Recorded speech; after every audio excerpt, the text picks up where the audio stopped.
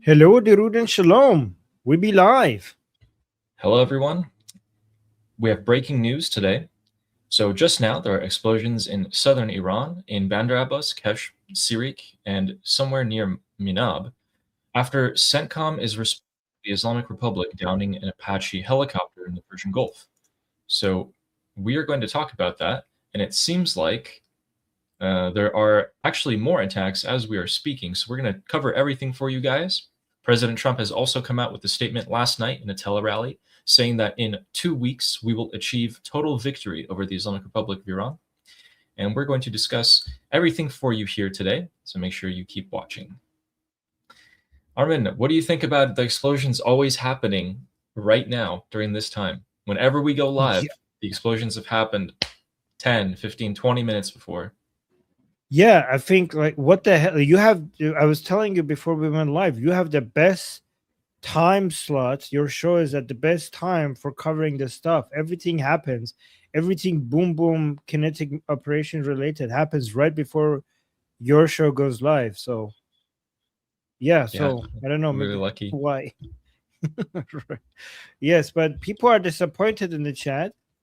Cyrus is saying breaking news: proportional response from CENTCOM, and Fine Stars is saying exactly. Amy, just as the like last time, proportional response. So people wanted a response. I mean, we don't know yet. We don't know yet how big the response is going to be, but people want something much above a so-called proportional response.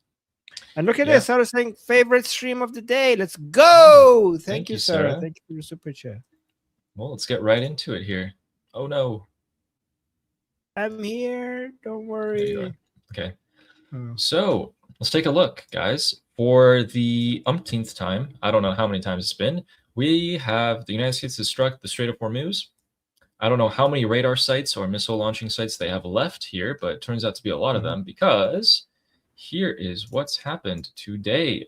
So starting off with President Trump's statement that last night, the United States military informed President Trump that the Islamic Republic shot down an Apache helicopter while they were patrolling over the Strait of Hormuz.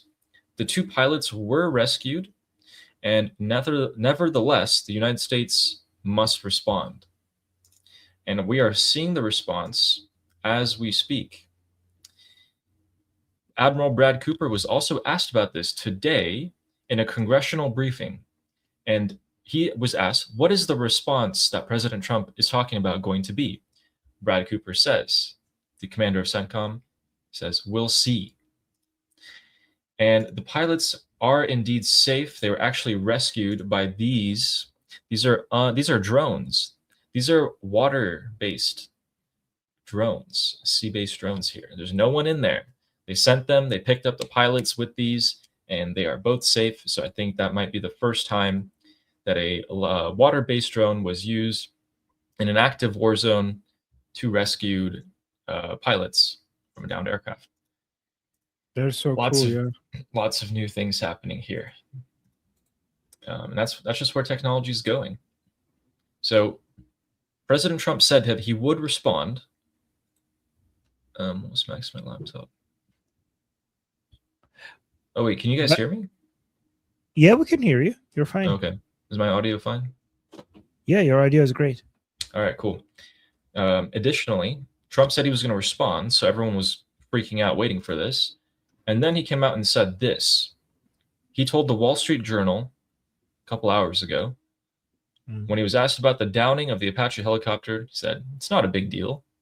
The pilots are fine. However, well, it seems like we do indeed have explosions, and we have a statement from CENTCOM here. They said, I don't like the not a big deal comment, to be honest. I don't like it. It is a big deal, right? Shooting at American soldiers should be considered the biggest deal. Like, that is a big deal. What do you guys think? I don't like that. I don't like that language. I don't like that. Like, saying it wasn't a big deal. They tried to kill American soldiers. I don't think that's a proper way to talk about it. Even I don't know, guys. Even if this is mind games, I don't know, 5D chess stuff. I don't think we should talk about American soldiers being targeted like that. But yeah, sorry, Ali interrupted you. No, not at all. I think you're exactly right. Even if you target the Apache helicopter with a missile, how do you're aiming at them. You're aiming at them with a missile. You cannot guarantee that those pilots aren't going to lose their lives. The fact that they didn't, due to their skill and luck, doesn't mean that, something worse couldn't have happened. So CENTCOM actually responded to this. They said that today, so this was 30 minutes ago, they said, as of 30 minutes ago, we have begun launching self-defense strikes against Iran. This is a proportional response. So it's interesting. Look, yeah, so this is people. A lot of people are disappointed by that. This mission is a proportional response to unjustified Iranian aggression. Proportional. So see here, proportional is, according to Fine Stars, proportional means just a left tap, basically. That's what it means. And it looks like President Trump has come out and said that we have responded. Our response was very strong, very powerful, and that we have responded proportionately to the destruction of the helicopter. What did they do? Well, they did, I think, 4 or 5 explosions in Bandar Abbas, another 4 explosions on Keshem Island, and another 3 explosions in Sirik. So all in the Strait of Hormuz. Interesting. Yeah. Not what I would do. I would do a lot more. I mean, they tried to kill your soldiers. I don't know. Yeah, it seems like they went after I would kill radar Hamdan. sites again and military sites like that. I don't know if any IRGC were killed in here, but It was the greatest response of all time in the history. Right. Well, I didn't know I could do a Trump voice. I'm surprised. Yeah, you sounded more like him than I thought. Right? Yeah, I'm actually surprised. I'm surprised I did that. I didn't know I could do voices. What the hell? Yeah. Yeah, you should try to do a Scottish accent. No. You do that. Oh man. What? What? Yeah, no. I was just asking the people in the chat, what do you guys think of this? Like, what is your opinion? We got another super chat saying Vance is what? A peacenik? Peacenik. It's being weak in the Middle East. Okay. Okay, well, Well, thank you. JD Vance actually said something today. Said something pretty significant, in my opinion. I'll pull that up for you guys right now. This is what JD Vance has said today. Let's take a listen. Oh, it's going to be bad. Very close. How soon could the deal happen before the midterm elections? Oh, absolutely. No, I think we're going to know a lot before the midterm elections. Look, I think that the deal could happen in the next week, but the deal could also happen months from now. You say very close. How soon could the deal happen before the midterm elections? So could it happen before the midterm elections? Yes. Oh, definitely. We'll have a lot known. Okay. All right. Whatever you say, JD. I don't know if he even said anything at all. It could happen. Yeah, I mean, you're right. You're right. It could be that. Yeah. But that's the deal could happen most in 2 recent minutes statement. or 2 years from now. So, okay, basically just saying anytime. True. But he finally came out and said something pretty directly. He's been kind of out of the picture here with regards to Iran after his trip to Pakistan. And that's what we saw. Yeah. By the way, this is all also, people have to realize that there's a competition between JD Vance and Marco Rubio happening in all of this, right? As the next, because these two right now have the highest chance of being the next Republican nominee for the presidential election. So everything that is happening within the politics within the President Trump's cabinet, it's also a silent competition between Rubio and Vance. Even if they deny it, they say they're not thinking about it. Like that's not true. They're constantly taking positions with that in mind. All right. Well, Armin, guess what? Yes. So we had explosions here, Bandar Abbas, Qashm Island, Sirik over here. These are all IRGC naval bases and spots. So guess what happens now? What? This is okay. I'm gonna impersonate an IRGC commander for you guys. Okay. Okay. Okay. Armin, you're like the guy that reports to me right now, and you're gonna be like, sir, they just hit us. The Americans just hit us. Okay. Okay. Should I go? Okay. Yeah. Go.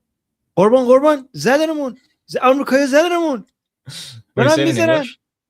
Oh, okay. It's like, sir, they're hitting us. The Americans are attacking. Okay, I've heard enough. Bomb Kuwait, bomb Bahrain, bomb the United Emirates right now. Right now. Is that what's happening? That's what they're gonna do. 100% they're gonna do that. Oh, that's your 100% prediction. they're gonna do Okay. that. I've heard enough. The Americans said us bomb the Arabs right now. Yeah. Americans have us bomb the Arabs. And it seems like the Arabs are prepared for this because Kuwait and Bahrain has already put themselves on the highest alert level possible. So yeah, that's probably going to happen. It's probably going to happen very soon. And it's the safest bet to get no retaliation and just like who do we hit? Like every time you're angry, they're like, you just hit the Arabs. Exactly. Right, like you want to punch something, like if I punch Americans, they're like, they're gonna hit me. Like, just find. You're kind of just looking around. You're looking around the schoolyard, and you're seeing, well, who's the weakest looking kid? Who's not gonna hit me back? Oh no. Okay, yes. So that's probably gonna happen. Like, but what did I do? I was involved here. Like, don't argue with me. You're gonna get hit. You try not to make eye contact. Just don't look at me. Don't look at me. Go hit the other Arab country. Not me. I bet you that's what. Like, I bet you UAE is like, oh my God, hit Kuwait, hit Bahrain, please, not me this time, not this one. Like, I bet you they're hoping that it's not them this time. I bet you the UAE has just recently came up with a agreement with the Islamic Republic to just please just stop attacking us, right? Like, I bet you the reason why the Islamic Republic is focusing on Bahrain and Kuwait is the Emiratis found a way to, do a deal where they're being targeted less, just like Saudi already did. I mean, I'm going to tell you about that actually. So remember how, okay, guys, yesterday I told you guys that a plane from the United Arab Emirates took off, landed in Tehran for 1 hour, and came straight back to Abu Dhabi. I asked you guys what you thought it meant. Some of you said that they were dropping off cash. Some of you thought that it might be an evacuation of someone that they had. Well, rumors are circulating that it was indeed cash, and it was actually $3 billion. And we'll take a look at that right now. We predicted this. Yes, so before we come back to this, I don't like this. I don't like this at all. Yeah, so we're talking about $3 billion that the regime. So this isn't confirmed, right? Like neither the U.S. Secretary or the U.S. Treasury has come out and said this. They've not said this. This is coming out of multiple news agencies in the Middle East that are reporting this. So this is unverified.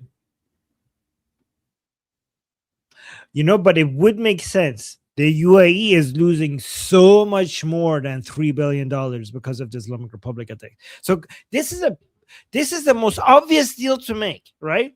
The Islamic Republic is desperate for money. The UAE is losing more than 3 billion, way more than 3 billion from the Islamic Republic attacks. The Islamic Republic needs 3 billion. The United Arab Emirates is losing more than 3 billion. So, like, how about we just give you 3 billion? You really need it. Like, we know you're desperate for cash. and we're desperate for you stop attacking us. How about we just give you the money and you stop attacking us? It's like the most obvious, like it makes sense for both sides. The UAE would save more than 3 billion if the Islamic Republic stops attacking them. The Islamic Republic desperately needs 3 billion. Like, we give you 3 billion, you stop attacking us. It would be such an obvious move from both sides. Yeah, it's extortion. Exactly. Yep, that's what's happening. Oh my God, guys, that's $3 billion for terrorism. Just additional $3 billion for Jew killing and other acts of terror just went to the Islamic Republic. We have some breaking news coming out. It looks like the head of the IRGC Aerospace Force, which is just their missiles, has come out and said that all of our missile sites across Iran are ready to strike. We will deliver our response in the coming minutes. And subsequently, I am hearing that there are missile launches being heard, or missile activity in Western Iran being detected. So we'll find out more verification about this in the coming minutes. And at the same time, it looks like that Israel is conducting more strikes on Lebanon. The Afghani-Pakistani war has resumed again, with Pakistan conducting airstrikes as we speak right now on Afghan positions. And we have explosions in the Strait of Hormuz. We have explosions in Iraq tonight, multiple explosions because the IRGC targeted Kurdish separatist forces. United States' planes have been active over Iraqi skies the entire night. And perfect. This is the most official war without being called a war. You know what I mean? So. Oh my God. It's just the entirety of the Middle East is under fire from each other. Because that all just happened. This has all happened in the past 2 hours. Like 120 minutes. We have explosions. Yep, explosions and more explosions right now in Dahiyeh. Guys, this is the exact spot that the IRGC said, do not hit it, otherwise we will mess you up, Israel. So they just hit it again. You have jets scrambling as we speak. In the last 30 seconds, jets have scrambled from Tehran airport and Mashhad airports. The IRGC are threatening to launch missiles once again at the Arabs and Israel, with preliminary reports of missiles have already being launched from the south of Iran, which usually goes and targets the Arabs. Yeah, it's going great. We're close. This week, the deal is going to happen this week. So Pakistan and Afghanistan were like, "Oh my God, everybody's fighting. Hey, do you want to fight as well?" Like everybody's in. There's so much action. Like we're missing out. Let's go. just like somebody in the bar, just watching everybody punch each other. I'm like, I'm just gonna punch you as well. Let's get in on that action. Just, oh my God. You know, so what happened there? Like, why is that war coming back as well? Well, I guess their war never really ended. So, yeah. But it's kind of like people are, you know, when there's like a psychopath in your class, like a kid psychopath in your class or your work, and you kind of you act really busy so that they don't like, you know, come towards you. They see like, oh, like, you know, like Ali's busy, so I'm not gonna like act crazy towards him. And you're kind of just like, okay, let's just bomb Afghanistan a little bit here, and no one's gonna look at us. Jesus Christ. This is exactly what's and going all on. of this is happening while we're still officially calling it a ceasefire, right? Correct. So the ceasefire. Dave's asking who's bombing who. Pakistan's bombing Afghanistan. Israel's bombing Dahiyeh in southern Beirut, Lebanon. The IRGC is about to bomb the Kuwaitis, Bahrainis, and probably Saudis. The United States is bombing the Islamic Republic. Oh, and the Islamic Republic is also bombing the Kurdish separatist groups in Iraq. There we go. Israel is bombing Hezbollah? Did you mention that as well? And yes. That is happening, by the way. That is very aggressively so. Southern Lebanon. Yeah, the IRGC has just stated, we advise the Muslim peoples who live near the bases of American presence to immediately move away from them by 10 kilometers. I called it. Alarms are sounding in American bases in the Persian Gulf. Preliminary alarms. Wow. Okay. Well, guys, let's go back to this so we can take a look at what Adachi was saying. Well, Adachi posted this. You might ask when. This was before the United States struck. This was like 3 hours ago, like almost 4 hours ago. And he said, he basically said, if the US bombs us, we're going to hit the Arabs. And that's pretty much exactly what he just said. So, yeah, it's great. Wow. Wait, so is the U.S. response officially over? Like, is that like they stopped now? U.S. officials tell Fox that airstrikes are ongoing. So we don't know if they're over, because CENTCOM also said we began, and they said that 30 minutes after the first bombs fell on the IRGC positions. So it seems like they might hit a few more targets, but I don't know if it's going to be anything crazy. And we'll pull up a map here of all of the struck locations so you guys can take a look. It's right here. So this is the Strait of Hormuz. The north side is the Islamic Republic of Iran, and the south side is Oman. These are all the spots that were hit. So we had 5 different spots, a couple dozen explosions. Missile batteries were hit, and ports. And I think they tried to go after some fast attack boats as well.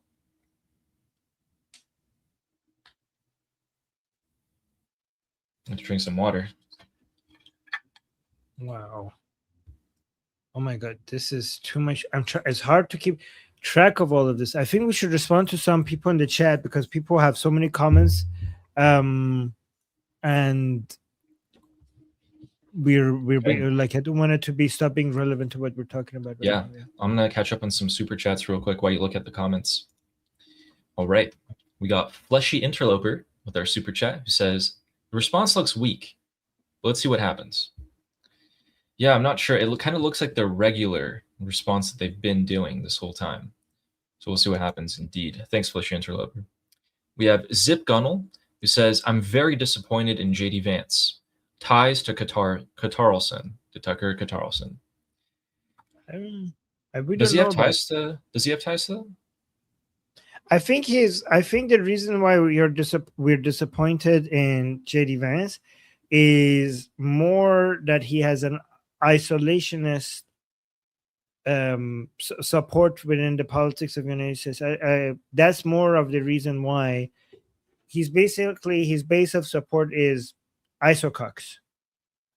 That's the reason why you're disappointed in what he's does. That's the reason. I see. Yeah. Okay, and well, Zip, I hope he turns it around for you, honestly. But hey, I'm on Marco Rubio's side here. I want him to win. Anyway, we have Sarah Ocean here with the super chat. Thank you very much. Who says it's like an episode of a Housewives reality show. Yeah, everyone's fighting everyone. There's drama.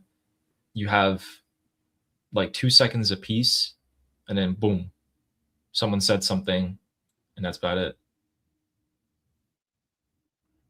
Should we call what should we call Sarah here? We call her like Maman Sarah, Khale Sarah. Oh my God, she might be what? Like, why do you assume she's older than us? She might be younger than us. Well, I think she said she has a kid. Okay, still, I mean, Sarah, I didn't say that. Shooting. Ali says that. Okay, you might be. Anyway, sister, Sarah, sister, yes. Khale Sarah. Yeah. Yeah. Thanks, Sarah. Ali, you're like. Anyway, sometimes you say things and it sounds better in your head, but Boboism here with the super chat who says a peacenik is a person who strongly opposes war and militarism, often advocating for peace through nonviolent means. Pacifist, basically a pacifist.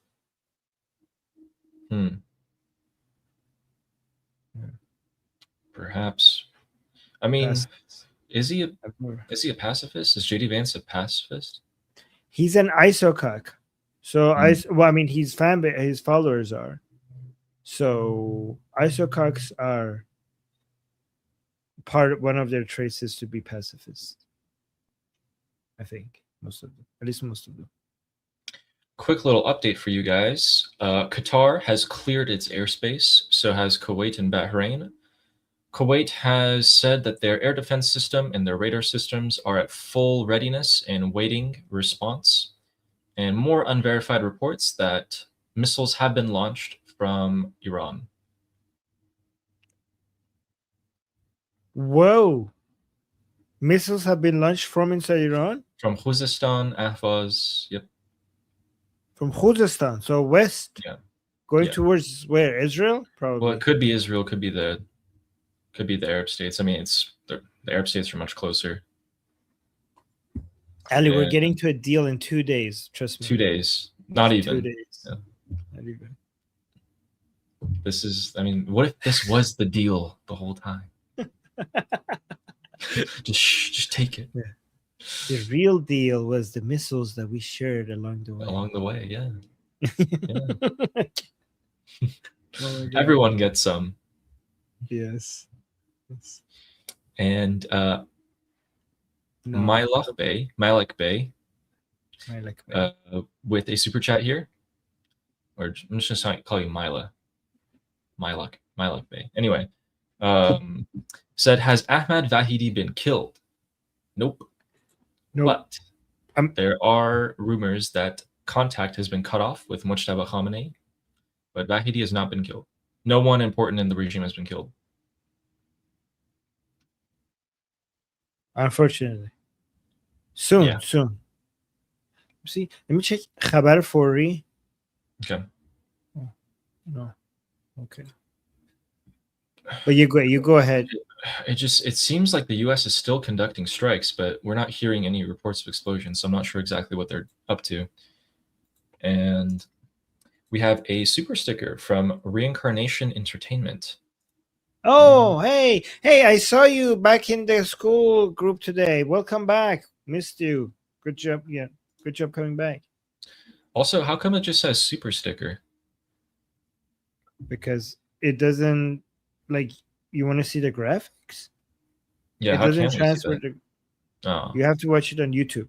Don't worry, the chat saw it. The chat enjoyed it when it happens. Okay. Let me scroll up here. Oh, you want to see the graphics? I was just kind of curious, but I can't. Oh, it's on your chat, so I can't see it.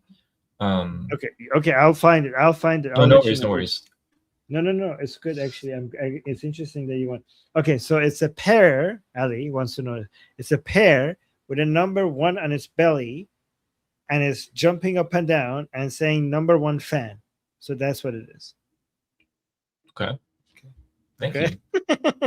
You're welcome. You know what? Actually, that's good. Every time I get a super sticker, if it's on my chat and you want to know what it is, let me know. I'll give you up. Okay. Sounds good. Yep. Confirmation about Kuwait and Bahrain closing their airspace. Qatar has also done the same. And in a strange post, Vahid Online has come to Twitter to post one word saying prepare. Wait. On Vahidi posted on X? Vahid Online. Oh, Vahid Online. Okay. Yes, he has said, let me show you guys. Yeah, sure. Vahid Online has said, get ready, said prepare. Well, this is in Farsi, so Amadakon. Amadakon is like Amadakon. You should say Wait, he said Amadakon. Yeah, Amadakon. Yeah. This is like guys, this is kind of like like I'm about to do something to you and I'm telling you to like prepare for me to do something to you. That's kind of what it means. But anyway, Sarah Ocean is saying it's called khar takhar, shakes head. Khar takhar in Farsi means it's a cluster F. It's everything's happening everywhere at all the time. No one knows what's going on. Like exactly right now, the air defense of Kuwait and Bahrain is dealing with Shahed drones, and there are explosions in Bahrain as we speak. So there we go.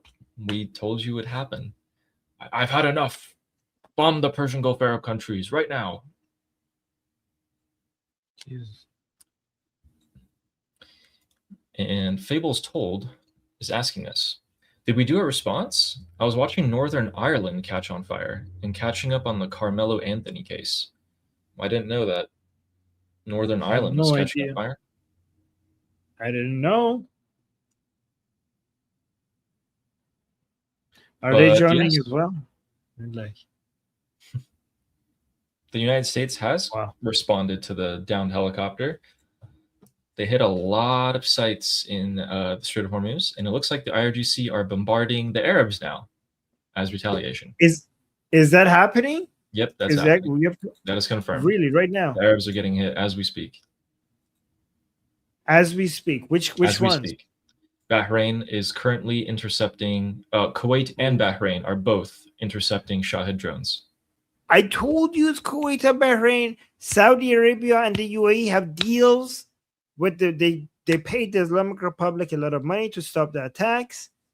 And Kuwait and Oman are kind of allies, so they get only bombed.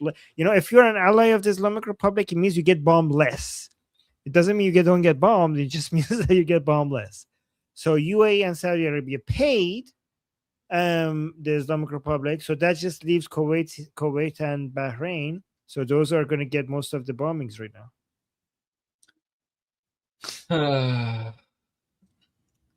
So Disgusting.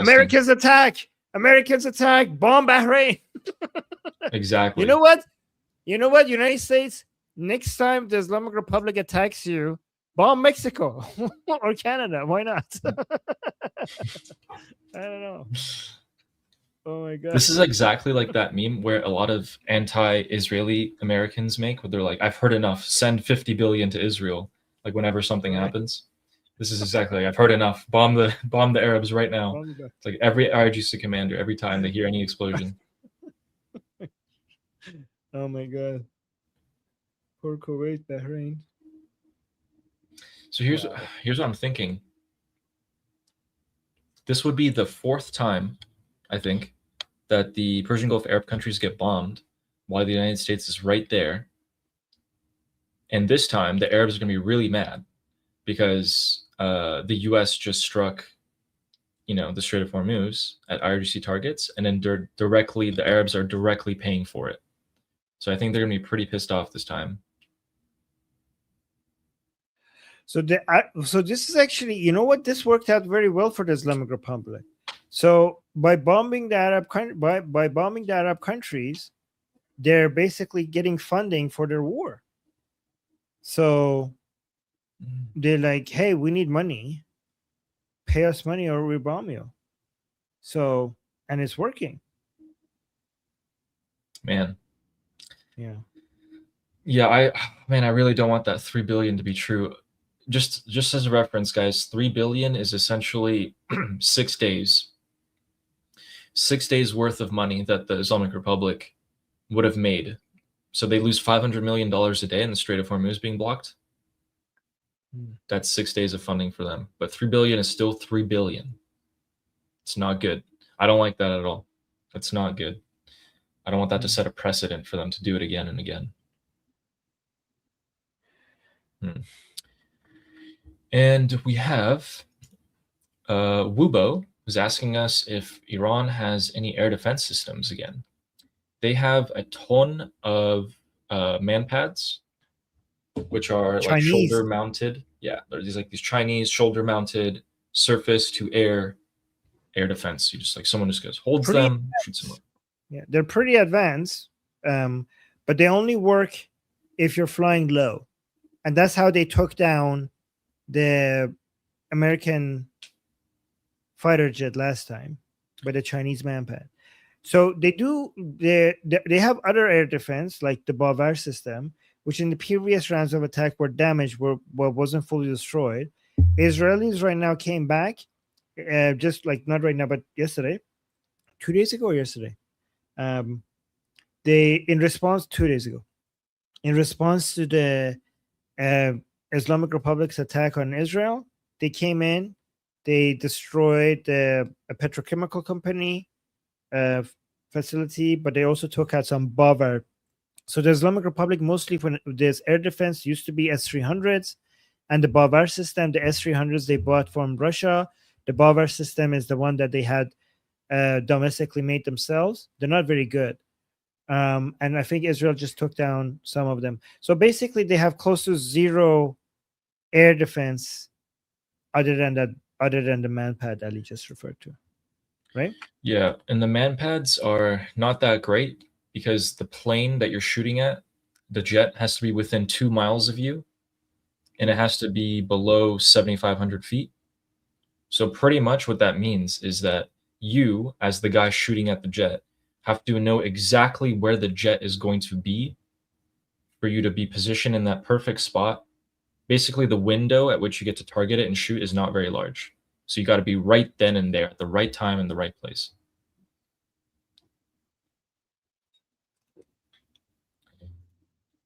And Uchi Mada says JD Vance represents the anti-Jew / Israel of MAGA. Interesting. And we have, you can say this Wait. username. No, wait, like before I say that, do you agree with this? I don't know, actually. I haven't listened to his statements about Israel a lot. So a lot of anti-Jewish, anti-Israeli Americans are in favor of voting for JD Vance.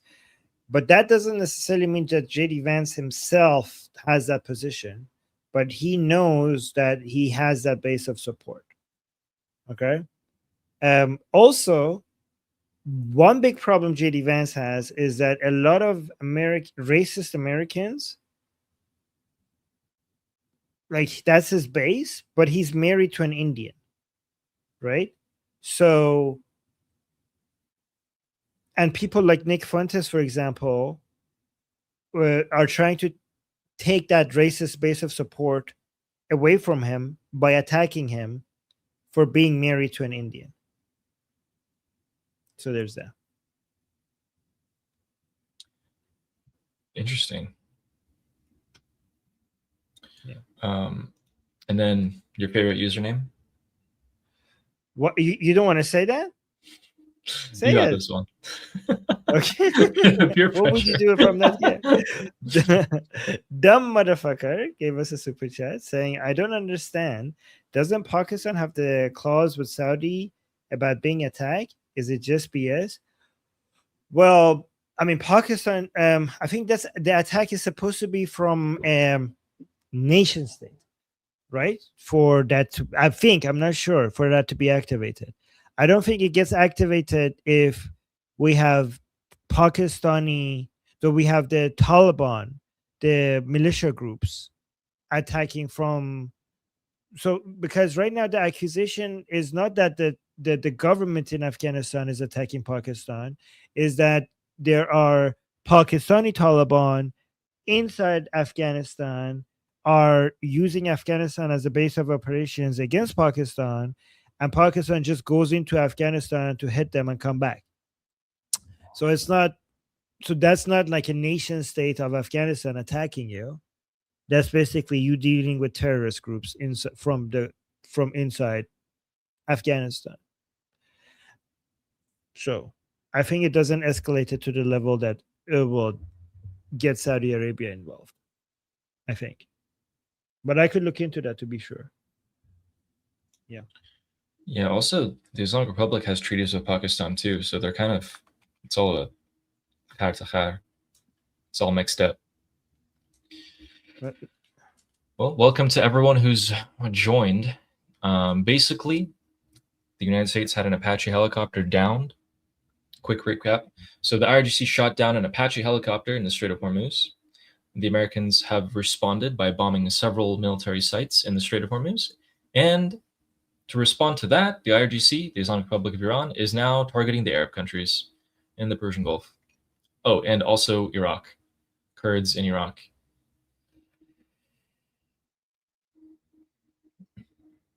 What a day. Are you finding something for the Pakistan. So basically, Saudi. the agreement that Saudi Arabia and Pakistan have, it's not a strict NATO-style automatic military intervention pact. It's more political solidarity plus cooperation. So for example, they could get involved with mediation, not just necessarily fighting. Yeah. So it's not like as automatic as what you have with NATO. As a quick side note for you guys, Pete Hegseth is going to be traveling to Cuba tomorrow.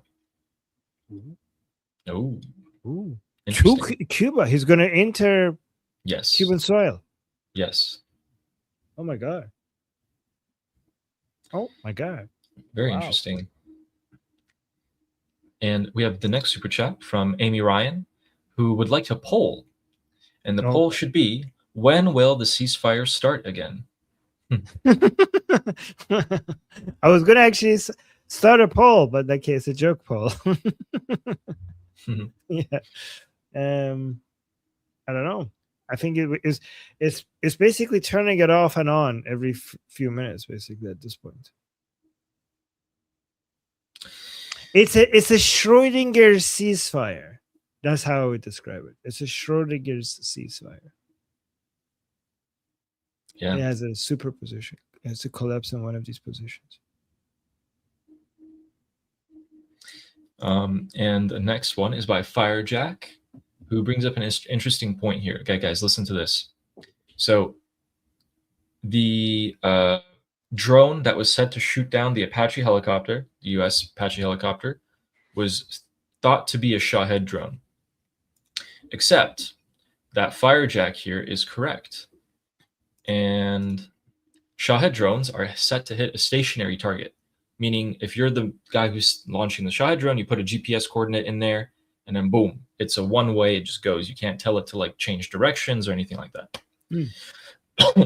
Which means that it wasn't a Shahed drone, because obviously an Apache helicopter would be damn near impossible to hit with a GPS coordinate. It was actually a newer type of drone that the IRGC have. And that one is able to be remote controlled. So they hit the Apache helicopter with that. And we have a couple of statements for you guys from the IRGC themselves regarding this exact thing, which is really funny. But they're saying, yeah, Shahed drones are set to hit stationary targets. They can't hit moving ones. The most plausible is that the Apache was shooting the drone headed to a land target or a ship target when it exploded, damaging the helicopter. Yep, could be. We don't know the exact details just yet. The IRGC are praising the fighter who shot down the Apache helicopter. So take that what you will. But yeah, thanks, Firejack. Thank you. It's an excellent point, by the way. It was not a Shahed drone. No Shaheds. Are you sure? Yeah, because I mean, think about it. Unless the helicopter is actually, even then it would be damn near impossible to hit it, because the helicopter's in the air. Even if you put a GPS coordinate, the GPS coordinate is set to land on the ground. So yeah. Okay, now the Islamic Republic is saying that they didn't do it on purpose. Yeah. So let me show you exactly what they said.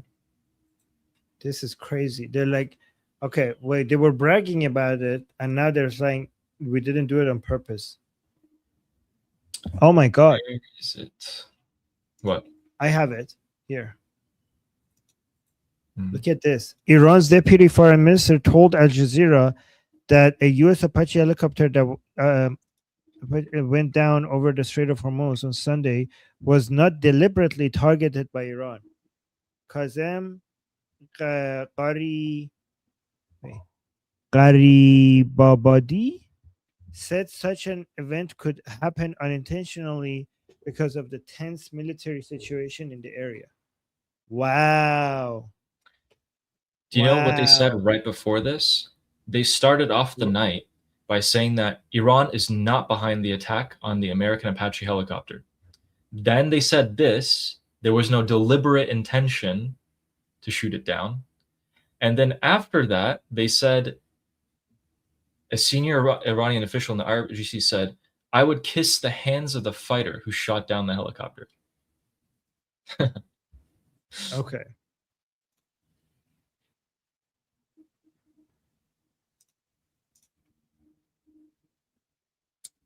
Oh my God, the RGC outlet is saying the same thing. Look at this. Yeah, that was the No first offense. statement they made. Yeah. No offensive aerial military operation has taken place in the Strait of Hormuz over the past 24 hours. The IRGC affiliated Tasnim News reported, citing an informed military source after U.S. President Donald Trump said Iran had downed a U.S. Apache helicopter. By the way, guys, people who are correcting me about how I say Apache, I'm saying it how we say it in Iran, okay? We call it Apache. So Apache, whatever you guys say. I pronounce it the way it was pronounced in Iran. In the next couple of minutes, we are about to hear more sounds of explosions coming out from the Persian Gulf Arab states, because it seems that the IRGC has started their second wave of missile attacks. The first one seems like they got intercepted by Bahrain and Kuwait. Here we go with wave number 2. The Americans are saying that their attack is still ongoing, but we have not heard any more explosions. Wow. And oh yeah, and by the way, this entire time, and by entire time, I mean the past few weeks, Iraq is still getting hit by Shahed drones from the IRGC, including a few minutes ago. You know, in fact, guys, I want you guys, I mean, you guys know this by now. You guys definitely know this by now. Could everyone take a listen and tell me what kind of drone, what could this possibly be?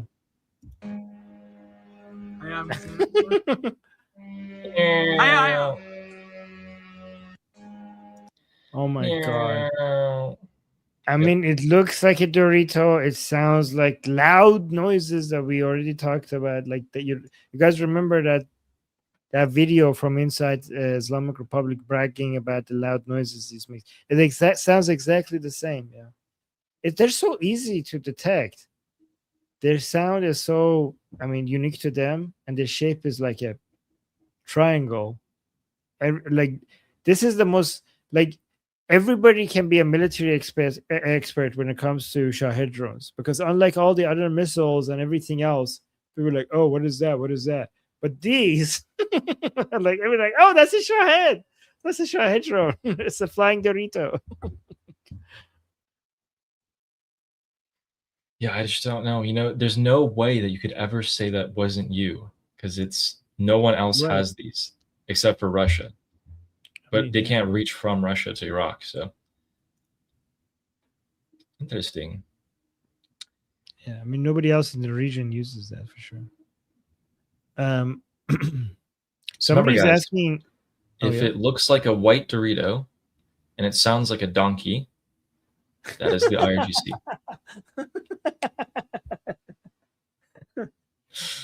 Oh my God, that's pretty good. I love that. Dornitos, Sarah is saying. Dornitos. That's good. Ooh. I like that one. So we got a super chat asking you to share your secret ways, Ellie. Look at this. Yes. Ooh. So Iman USA is asking, guys, do you feel like sharing your favorite intel sources with the rest of the class? Love the channel, fellas. Oh man, this is a good question. Well, what if it's like what if it's like something I semi-built though? How do I share that? Show us. No, I don't want to show it, but here's what I did. You can, okay, so there's a lot of people out there who collect open source intelligence, which just means that, like, for example, you have someone like Shin who directly gets information from someone on the ground in Iran, or Vahid Online who directly has someone text them that, hey, there's explosions in this area, and then they come and post it, right? You can make an application that captures all of this from any country and any channel, although narrowing it down is better because you just get bombarded by everything. And you can put in, keywords, you can put in key phrases, stuff like that. And I'll get anywhere from the Zionist regime has done this, to, like, obviously that's a Hezbollah channel, to, the IRGC, the terrorist regime in Iran is doing this, and you're like, okay, that's obviously pro-Iranian people. So anywhere in between, and that's kind of it. It's like a little bit of hijacking other people's work, a little bit of coding. Coding. Yeah. Okay, so you built your own system here. Yeah, you can use AI to help you with the script, and you can do it all. I mean, it'll just take time, but you can do it. Oh, wow. Guys, look at this. Ali has built his own intelligence dashboard. It's very specific, right? It's just about Iran and anything in the Middle East that pertains to Iran. So interesting. But if you email me, I could send you something that might help. Oh, wow. Look at that. That's very generous. Sharing Yeah. his work like that. Oh, where's Duhawk? See, like, one of the keywords I filtered for is explosion. Duhawk is a city in Iraq. Never mind. Okay. We'll put that on the back burner. The Durka search engine. That's what I should call it. Although I don't know if I would get a lot of customers there.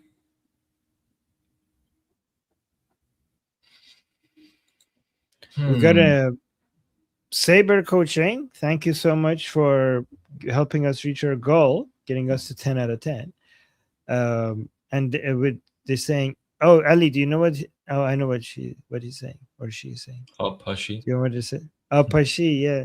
So Apache, how we say Apache, helicopter Apache. That's how we say it in Persian. Sounds a lot like Apache, which is basically, water spraying games in Iran, like with water guns, right? So Apache. Yeah, I don't know. Makes sense. But thank you for giving us a 10. Yeah. When I was in Iran as a kid, people would be like, oh, you're American? And I'd be like, yeah. And then they would immediately start saying any English word that they knew. And the most common one was like S-top. It'd be like E-S-T-O-P, like S-top. And I would make fun of them, and then they would make fun of me. And yeah, I don't think anything's going to change when I go back. I think they're still going to make fun of me. Be like, why do you talk with an accent? Like, that's not how you say that. Yeah, in Persian, putting, what is the opposite of a vowel? Consonant. Consonant. Like too many of them next to each other doesn't make any sense, right? So that's why train is Tehran. Tehran. Officer, like star is setare, because you don't have the se, te, like that doesn't, flow in Persian. So you need to add more vowels to make it work. So you don't have star, you have setare. You don't have brother, you have barodar. Yeah, exactly. You don't have Trump, you have Terump. Yeah. Right? You don't have stop, you have estop. So a lot of people are saying that you're pronouncing it wrong when you say estop, but you're not pronouncing it wrong. You're just Persianizing it. So when you're learning the alphabet in Farsi, the letter in English you would say S, like S, right? In Farsi it's se, like se. There's like a or like T is like te. Not, we say T, they say te. So there's always like a little bit of like a vowel attached to it, which is why they say terump, not Trump. By the way, setare didn't come from star. Star came from setare. Yeah. And also with brother and barodar. So some of these came from English to Persian, but some of them came from Persian to English.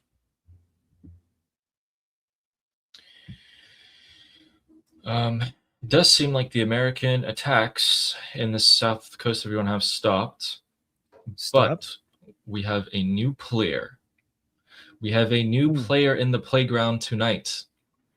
A country in the Middle East that has so far not bombarded others recently and has begun tonight. Well, ladies and gentlemen, the Turkish army has been shelling a mountain range in Iraq starting tonight.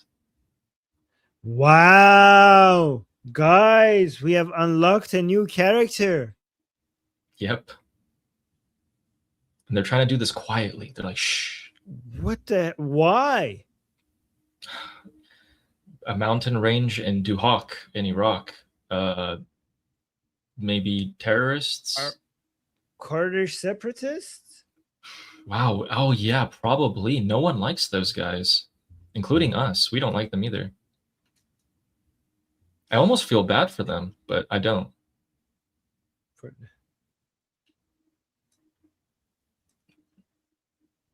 Jesus Christ! Why is everybody picking tonight to bomb? Like, is this a national bombing holiday or something that I'm not aware of?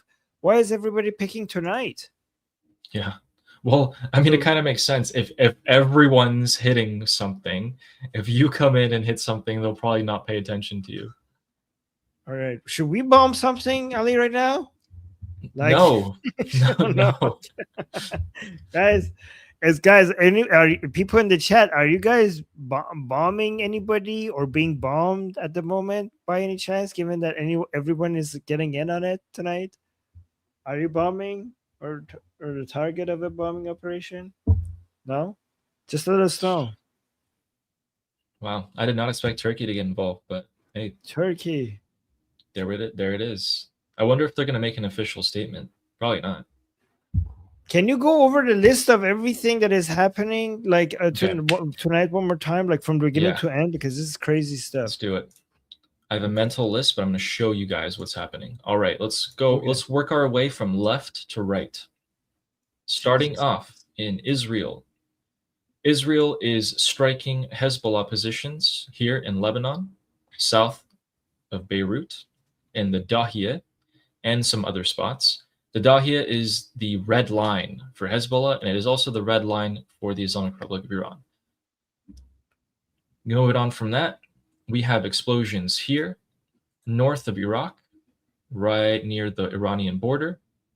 We have explosions there, and then we also have explosions right here, as of just a few minutes ago, in the city of Duhok, in this mountain range that you guys can see right there. The Turkish army is shelling these positions. As you can see, they share a border with Turkey right here. Very close, actually. Very, very close. So that makes sense. Moving on more further right, you have seen that Kuwait and Bahrain, Qatar also closed their airspace, but I guess they weren't hit. Kuwait and Bahrain intercepted Shahed drones tonight. Doesn't seem like any of them landed. They were pretty much completely expecting this to happen. Then, a little bit more south into the Strait of Hormuz, the island of Kesh was struck, Bandar Abbas was struck, the naval base of Sirik was struck, and the port of Jask, right here, was also struck. And you might think it ends there. Well, it doesn't. Moving on into Afghanistan and Pakistan, we have airstrikes conducted from Pakistan because Afghanistan doesn't have an air force. So that also happened there. And yeah, wow, all in the space of about 3 hours now, three and a half hours. So I'm wondering what the Middle East looked like from space tonight. Wait, maybe I have a picture. That probably looks like something like this. Look at all of these. Okay, straight. Look, breaking.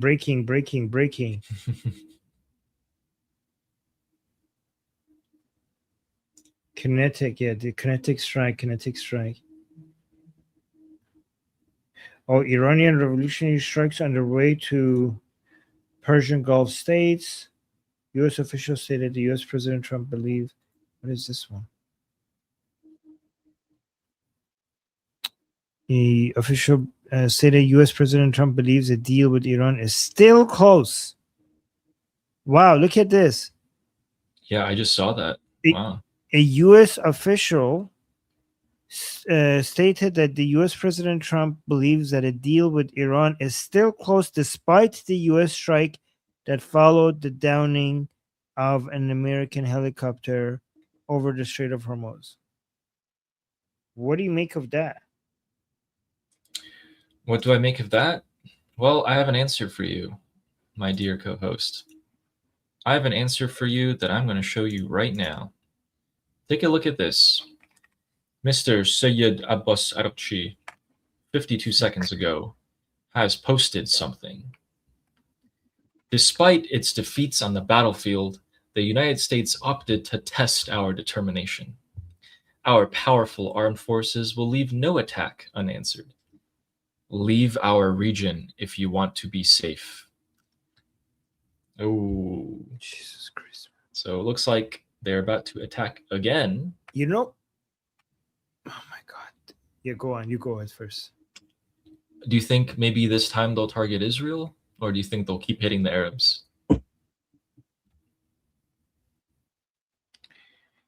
I mean, if I was them, I would not attack Israel right now. That would be devastating.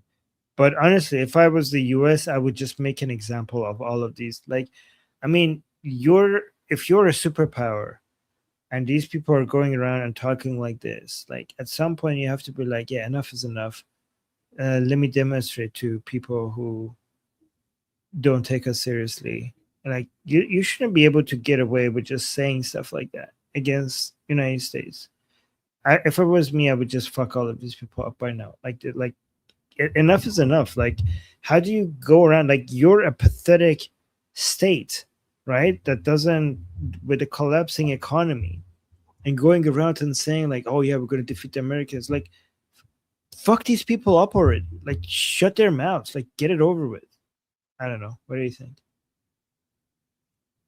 I think I was wondering the same thing. So I asked our expert, Jeffrey, last night, and he said, basically I asked him if the United States military is so powerful, and if they could just completely destroy the IRGC in a matter of a week, start to finish, take out everyone, or take out all the Houthis in a matter of a few days, you know, Hezbollah, whatever. Why don't we? If we're so powerful, why don't we just do it? And he gave me an answer that opened up my eyes and made me connect the dots. Yes, we can destroy them whenever we want at our time and choosing, but the equipment that we have requires bases, military bases like airfields. These are huge planes that need to take off to refuel the jets and etc. These countries, Kuwait, Bahrain, United Arab Emirates, Saudi, Spain, Germany, all these countries, Italy, they're not letting us use their bases. They told us no, straight up no. We can't use our equipment there at all. So we're super duper limited in the amount of things that we can use. If we could just use everything, this would have been over months ago, but we can't.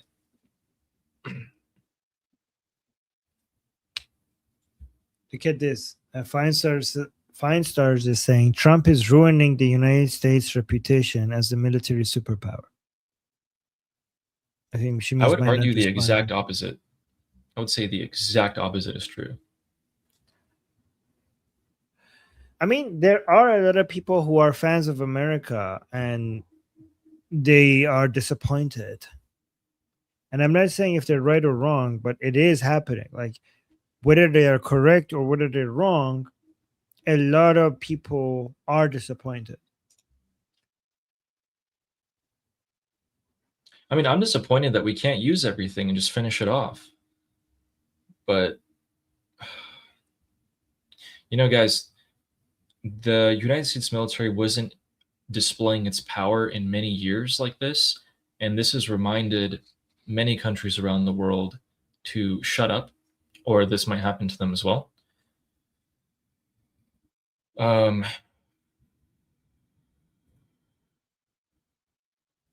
Yeah, wow, everyone's freaking out over Aralchi's post right now that he just posted a minute ago.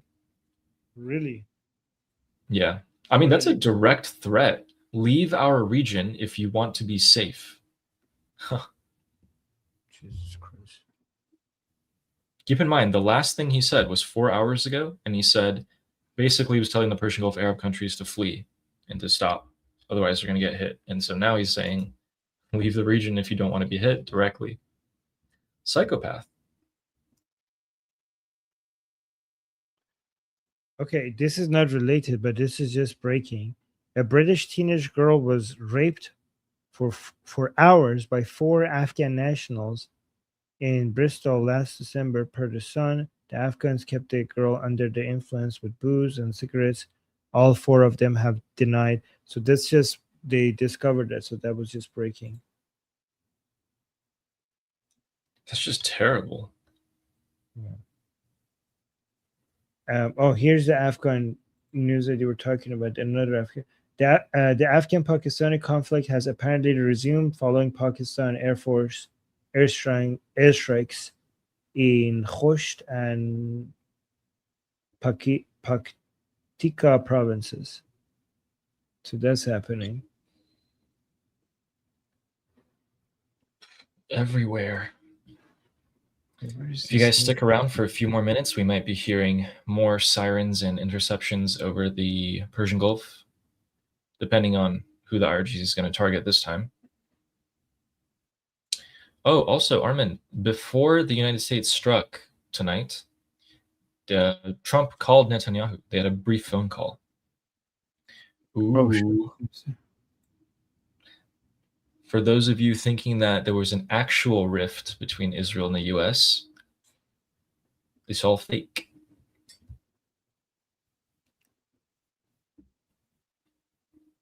Well, I mean, we don't know.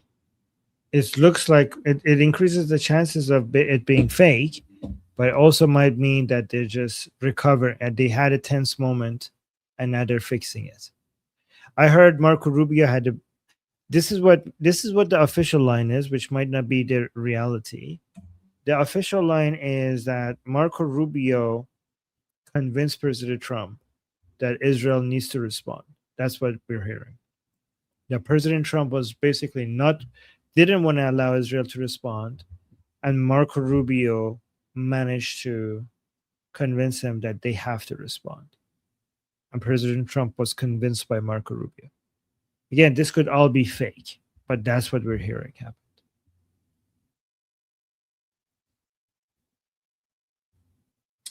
It'll be great to come back when this is all over and know what actually happened.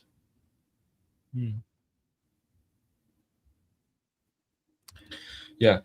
Also, I was thinking we could recap for a couple of minutes. We'll read the super chats and then we can recap what we think, because over the last couple of days, I know we've been kind of theorizing as well, and some people think that, you know, maybe we've changed our positions or they don't know what our positions are on things. We could do that. Okay. All right. Let's go through the super chats and then we could do.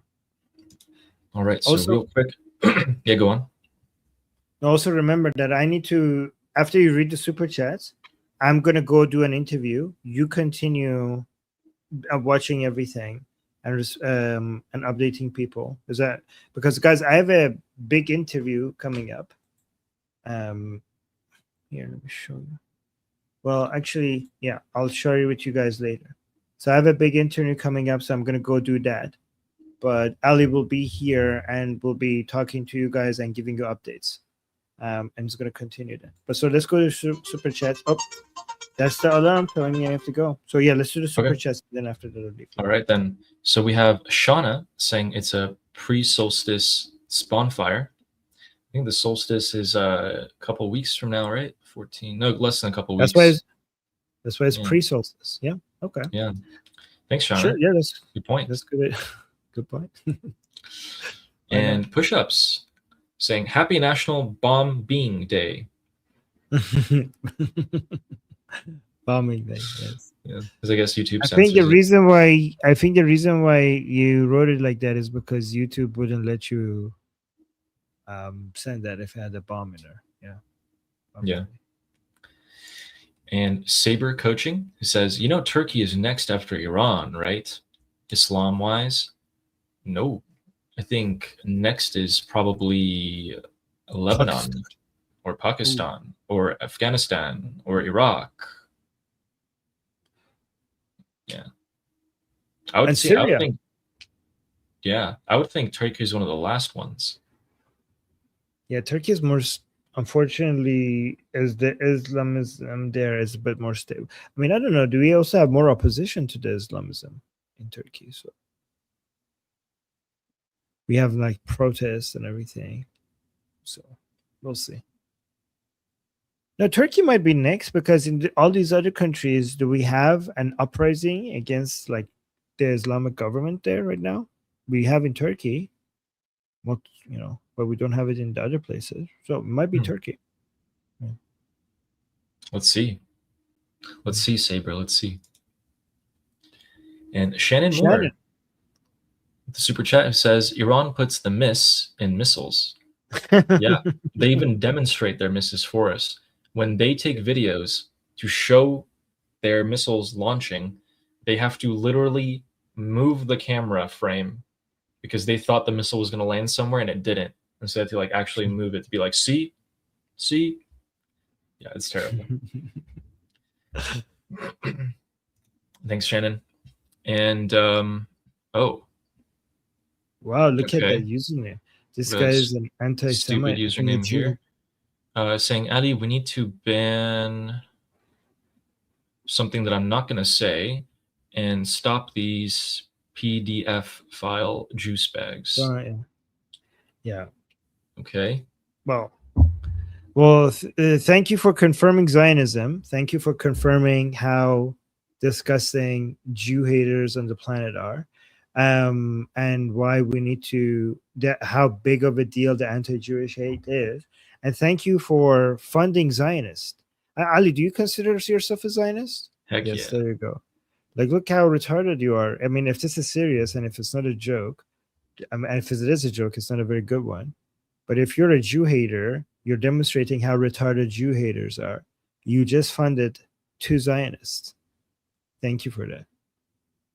Jew haters are so retarded that they actually give money to Zionists. They give money to their enemies. Lovely. That's my first super chat like that. Yeah. I haven't gotten one before. See, guys, I was just kind of like, okay, whatever, I'm just gonna move on. But then Armin, a veteran of these anti-Zionist super chats, he knew exactly what to say. Yeah, by the way, for the rest of your life, you should like remind yourself, just remember that you actually contributed to funding Zionism, right? This is the curse that you have to live with for the rest of your life. I'm gonna go donate that to what should I donate it to? To AIPAC. AIPAC, yes, exactly. Yeah. And another super chat from Pushups who says YouTube will let me say fuck though. It's ridiculous. All right, guys, I said it. So. Oh, you did? Oh, wow. Oh no. Yeah. All right. Do you want to go to your interview, and I'll continue going on? All right, you go ahead, guys. I'll. So hey, I'm not gonna say the. You say it. You say the whole thing in full, okay? Okay. When we you have. Leave. All right, guys. So Armin's gonna head to his interview. No. Say it after when you're ending the stream, not now. Oh, okay. Okay. All right, guys. So I'm not gonna say what I usually say because Ali's gonna say it today when he ends the stream. So you guys say with Ali, okay? What's the news agency or channel? Oh, it's the the Paramount. What is it called? Paramount Tactical. Is it live or is it pre-recorded? I think it's live. Oh, let me see. Yes, it's live. Paramount Free Tactical. Anyway, I have to go. Okay. Good luck. You're good. Okay. All right, guys. See you guys soon. Bye. All right. See you. Wait, guys. What did he say? Paramount what? Paramount Tactical?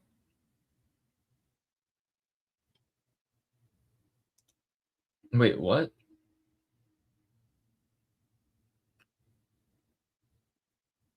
Oh, it's going to be a live stream. Oh, okay, that makes sense. Because I thought it was going to be a news channel. We should watch this. I think we should watch it. He's going to go live soon. Perfect. Because I searched up Paramount Tactical and it was like a shooting website for like guns. I mean, weapons. Okay, let's check the news here. All right, people are still reporting the same things, it seems like. All right, quick recap. So the US has just struck military targets, like radars.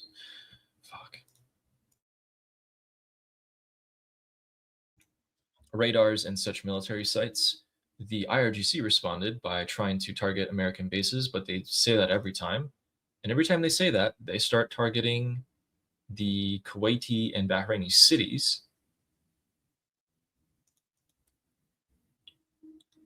Yep. All right.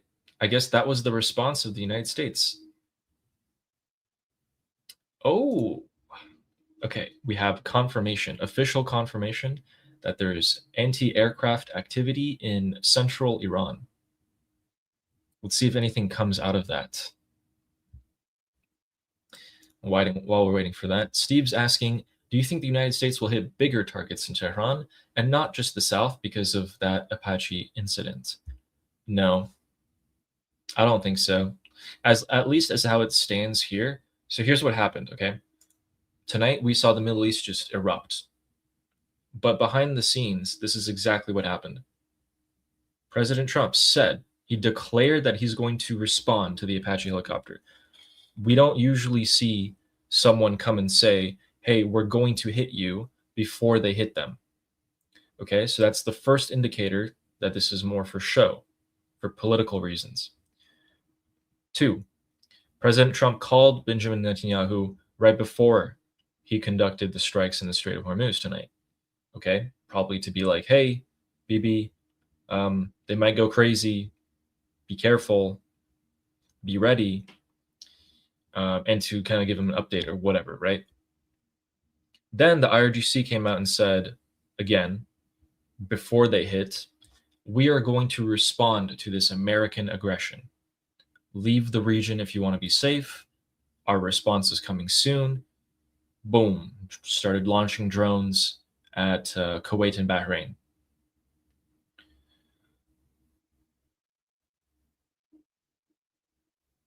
Huh. Okay, well that's IRGC media. Anyway, so they, again, another indicator that's a show, the IRGC comes out and says, hey, we're gonna hit you guys. Usually you hit them first. Then they find out that you hit them because of the explosions, right? So anyway, that is what's making me think that tonight was just a show, it was just limited strikes. We're not going back to a full-on war. But, and I have something for you guys so we can look over together. If you guys are wondering and maybe a little bit confused, I'm going to show you a literal side-by-side, like everything that's happened in June, the past week, in terms of statements, so that we can take a look together. And we'll go through it super quick. I'm just going to say it for you guys so you have a general idea of what these kind of strikes have meant. And I shared it last night in my group discussion, but it seems like someone deleted it, which is really unfortunate. Dang, sometimes I should really save these things. Anyway, Islamic Republic state media is saying that they hit 2 water treatment facilities in Bahrain because the Americans hit 2 water treatment facilities in Sirik, Iran. Interesting. Yeah, I don't know about that. Take everything the Islamic Republic says with a grain of salt, meaning don't believe it. It's probably not true. But if I can't find that thing right now in the next 5 seconds, I'm just going to go ahead and show you guys the regular things that we're going to go through today. Yeah, okay, I can't find it. Whatever. All right. Let's check out and see what you guys are saying before we get into the rest of the stuff. Oh, interesting. Okay, so Wheelman was saying, yeah, isn't Ukraine kicking butt lately? Yes, Ukraine is pretty much winning, straight up winning the war with Russia. And Russia is trying to escalate the war by dragging Europe in there and threatening them with nuclear weapons to get Ukraine to stop. That's their general strategy here. But otherwise, they're getting hammered. They're getting hammered. Firejack was asking, what is my X account? Yeah, so if you guys follow my X account, which is just the same thing as my YouTube handle, it's actually, if you go to my YouTube channel, in the description, there's an X link. You just click on it, sends you straight to it. If you go to my X and follow me, you can just see all the things that I'm about to share with you guys right before it happens and before the show, or most of them. And yeah, I think Armin's interview starts in about 9 minutes, I think. Let me double check that. Yes. Oh, interesting. Guys, look at this. Oh, no.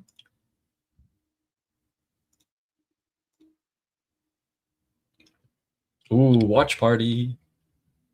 All right, we got 7 minutes and 45 seconds. Iranian ex-Muslim exposes the truth about Iran, Israel, and radical Islam. Wow. All right, I'll have that. And so let's see if we can go through everything that we need to go through. Okay, so here's the big thing that's been bothering me. Today, there's these rumors, right? Because yesterday we had a jet take off from the United Arab Emirates, land in Tehran for 1 hour, and then leave. I'm thinking to myself, there's 3 options here. 1, the United Arab Emirates just dropped off a couple $2 billion to the IRGC. 2, they maybe evacuated someone, maybe their own people, maybe someone from someone in the Islamic Republic. And 3, to have a secure diplomatic talk with the IRGC. Seems like a lot of the rumors are that the UAE has given them $3 billion. That's terrible. That's really bad. Super chat real quick. Sarah's asking, Ali, why did you leave your profession for YouTube?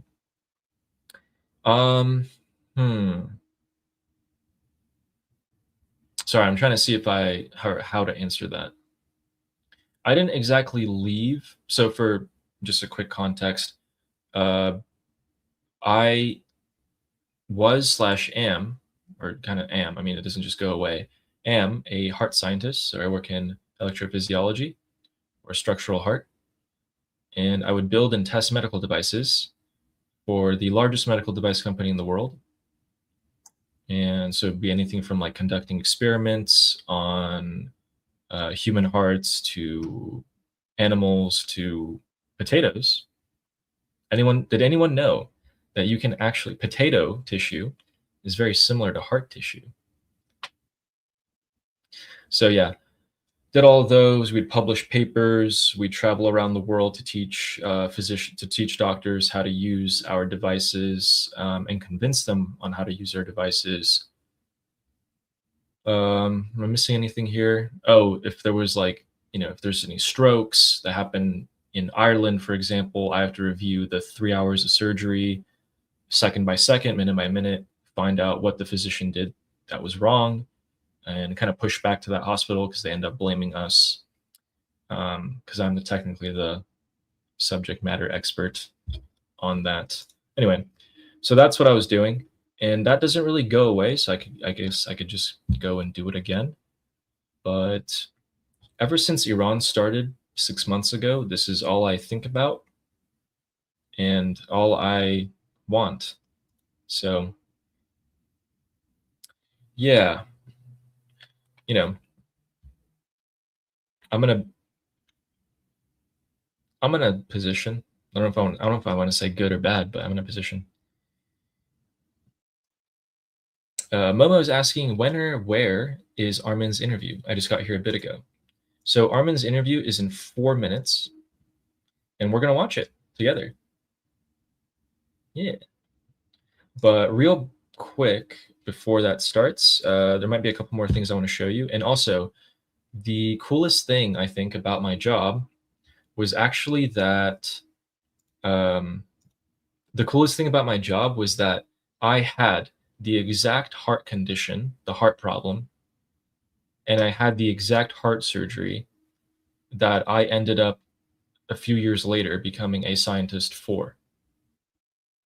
So I was like on that side of the knife, now I'm on this side of the knife, and it was completely by chance because I was working in cancer testing. So I would work for a pharmaceutical company that would treat cancer. And then I got hired at my most recent company. And then I went from looking at like molecules and like cells to holding a human heart and being like, oh, that's what plaque feels like, which by the way, it feels like teeth, literally. So that plaque that builds up in your heart is exactly like teeth. Feels the same, as the same hardness and everything. Yeah. I can give you oh my God, I can give you so many fun facts about the heart and etc., or just how to keep your heart healthy, really. So if you guys ever want those, let me know. But let's go back to this real quick. Okay, so I thought this was interesting. Maybe you guys would think too. This is in the Dahia. This is where Hezbollah has their family hold up, basically. It's like kind of their headquarters in southern Beirut, the capital of Lebanon. And look at this. These guys put up a poster of the Khamenei's, and they're saying, I mean, I think this is in Arabic, but they're saying, if I'm reading it in Farsi and Arabic has the same alphabet, mostly. But if I were to read Arabic, I wouldn't know what I'm saying. So this is similar enough. So it says Shokra Iran, which I'm assuming means thank you, Iran, in Arabic. Yeah. I wonder why they're saying that. Could it be because the IRGC in the Islamic Republic has spent billions of dollars to build up Hezbollah over the past few decades? Probably. Probably.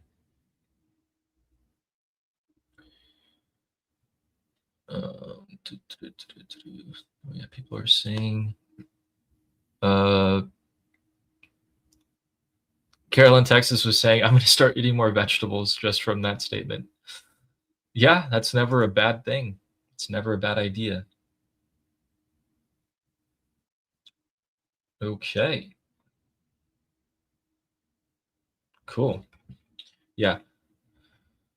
Oh, yeah, I can answer this question. If you guys are wondering what program I'm using for the map that I'm showing you guys, anyone can do this. So if you just type in like Google My Maps, this pops up.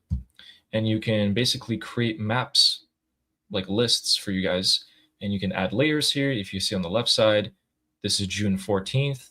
But if I click on the other layers, you can see, like if you look at the map right now is just the events that have happened today, the blue things. But then if I add the other layers, you can see a whole lot more basically marks coming up. And these are things that I have pinpointed as we've gone through. A lot of the important stuff, not everything for sure. Sometimes if there's just like not enough things for me to try to keep track of, I will just talk about it with you guys. But if there's a ton, if there's like 15 things or more, then I'll make a map like this. It just kind of helps me keep track. All right, we're waiting for Armin's interview to go live. It is currently 4. So as soon as that goes live, we're going to switch over to it. Trying to see if I can fit one more thing. Yes, we can. If you guys are American, here you go. The United States Department of Energy has reported that we have, I think it started. Okay, it's like there's an intro, I think, to their live real quick. Okay. The United States of America has exported over 5,350,000 barrels per day of crude oil in the month of May. So you can see it kind of spiking between 2015 and 2020, and then another spike from 2026 till now, so the last 6 months, saw the largest spike in the shortest amount of time. We're pumping oil out. We are pumping oil. Firejack is saying that 2CTV is reporting the United States launched Tomahawk missiles towards central Iran. Okay, let me see. I saw nothing of the sort. Yeah, no, I didn't see that at all. Are you sure that's what he said? That definitely did not happen. But anyway. All right, here we go. I think here. Yep. Support. I see Texas Troop, Lori Matthews, Obscure Moderator. We love all of our moderators. Thank you guys for everything that you do for this channel. We appreciate you so much. We got Texas Motherbird. We got Colton. Colton already hitting us up with the super chest. Colton, I appreciate you, man. Thank you so much. Cherokee Chick, and everybody else that is just now tuning in. Make sure you say hi in the chat. And again, make sure you like, subscribe, all those things is what to tell you. We appreciate. Here's what I want you to do, actually. I want you to like, subscribe, all that. But what I want you to do is share our content. So stop what you're doing right now. Copy that link. Go share it on Facebook. Go share it on X. Go share it everywhere so that we can spread our message. And what we're here to do is tell the truth and fight the lies. And that's what we're here doing almost every single night. So, but I will tell you right now, we will not have a show tomorrow night. We'll not be doing a show tomorrow night. I have an event to attend. So we will catch you back on Thursday. But without further ado, I want to bring on Armin. Armin, thank you so much for coming on. Like I said, I've had so many people like, you got to get Armin on. The moment that we had Goldie on, like, hey, you got to have Armin, her co-host. And I'm just glad you're here, and I appreciate you taking the time. And if you will, just take a moment to introduce yourself to everybody. Go back all the way as far as you'd like, because your story is amazing, and I want to hear more of it. All right. Well, first of all, it's an honor to be here. Thank you so much for having me. That's really appreciate that. And thank you for such, the kind words. That's like, oh, well, thank you. So yeah. Hi, I'm Armin. Hi guys. Thank you for having me here. I guess, where do I start? I'm a Iranian ex-Muslim, proudly Zionist, pro-Israel, pro-America, pro-Iran, anti-Islamic Republic, anti-Islam, controversially. Not just Islamic Republic, Islam as a religion entirely. Not anti-Muslim. There's a difference. I'm not anti-Muslim. I'm very much anti-Islam. I've been fighting against Islam most of my life. I'm also against communism. I'm against woke left. I'm against woke right. By woke right, I mean like Candace Owens, Tucker Carlson, Nick Fuentes kind of type people. I've been fighting the Islamic Republic actively, both inside Iran and outside of Iran, for the past 20 years or so. I have a network of activists inside Iran. I've worked years to develop that. I have also a larger global network of activists fighting for secularism, liberty, freedom. I am in contact with I was out of contact with most of my out of touch with most of my contacts inside Iran for a while when the internet was cut. But now they're all back. Right now I'm working on this campaign to arm the Iranian people, which has been very successful. We get people, my contacts inside Iran, making videos, holding signs saying arm us. And we spread that around the world because many people inside Iran are discussing the fact that they need to get armed. Many people outside of Iran are discussing the fact that Iranian people need to get armed so that they could fight the regime. But I noticed that there's no communication. Like, the people who were discussing the Iranian people need to be armed were missing a huge part of it, where they could demonstrate that the Iranian people want this. So we started a campaign, messages sent to me, video messages sent to me from inside Iran, demonstrating that they are in Iran and demonstrating that they do want to get Yes, armed. Armin started this And whole as trend. soon as we started that, it went viral. This is just the most recent thing that we have done. And Mark Levin has been sharing that a lot. So Mark Levin just recently tweeted 2 of my posts on this.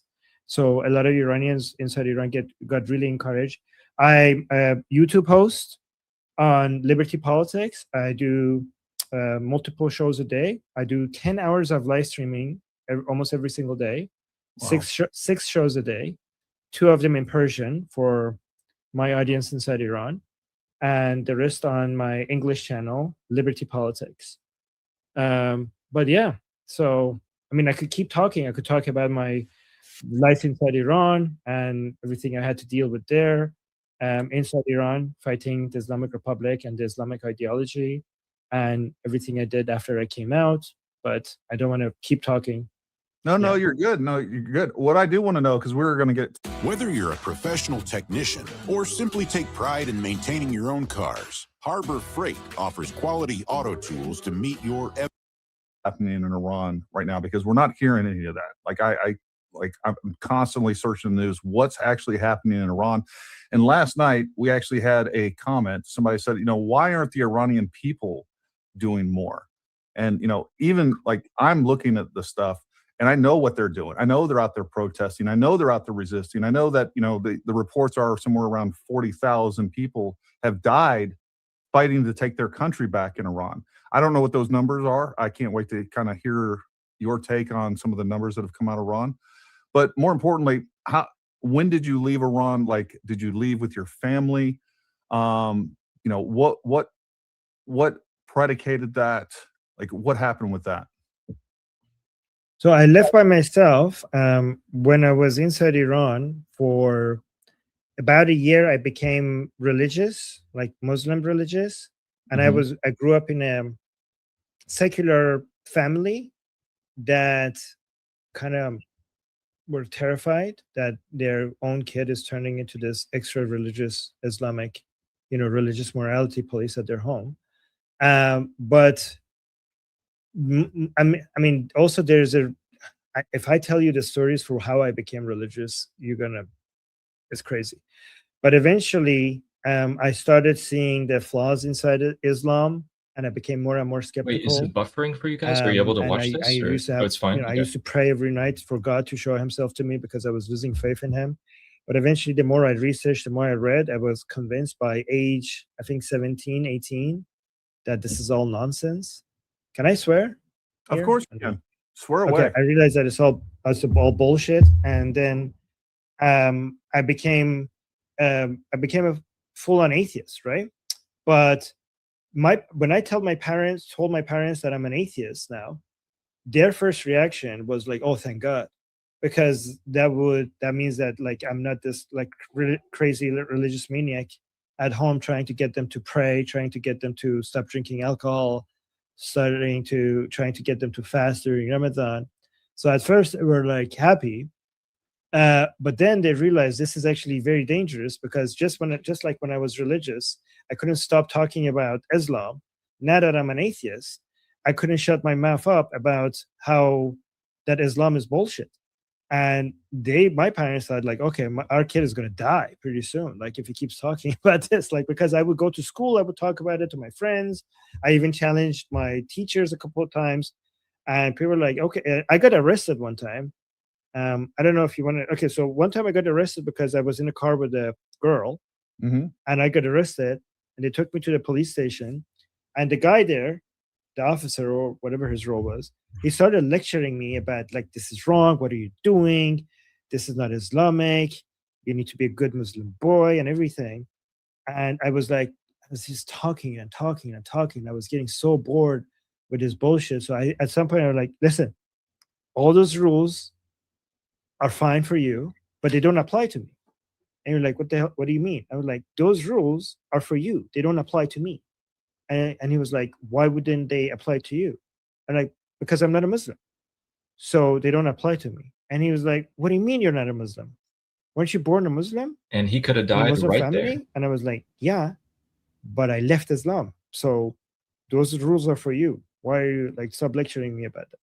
And then he stopped talking and he was looking at me as if I was like crazy. And then after a little bit of pause, he told me like, I think like, it's not exactly the same words, but basically it translates to, listen to me, little shit. Don't you ever repeat those words ever again. You're going to get yourself killed. I can destroy your life right now with my pen because you said that. Like, are you out of your mind? Why would you say that? And then when my mom came to pick me up, he took my mom and he told her that your son just told me something, and I'm not going to repeat it, but you need to control your son because your son is going to get himself killed if he says what he just told me. And actually, that man probably saved my life because he actually scared the shit out of me, and I didn't. Basically, I was more cautious ever since then. But yeah, my parents were concerned, and also they were encouraging me to leave Iran. You know, I went to university inside Iran when I finished my high school. I actually went to Tehran University, which is one of the best universities in Iran. But after 1 year in university, I didn't like, because I was there to study like my field of study, and they were forced teaching us Arabic, they were forced teaching us like Quran and religion, and I was like, at that point I was like kind of allergic to anything Islam related, and I'm like, you know what, I'm out of here, I want to leave. And when I told my parents I want to leave, people were like, yes, get out of here. So I left Iran and I went continue my studies somewhere else. But yeah, so that is, here's another thing. When I was inside Iran, I started this group, Atheist Republic, without actually having my name on it.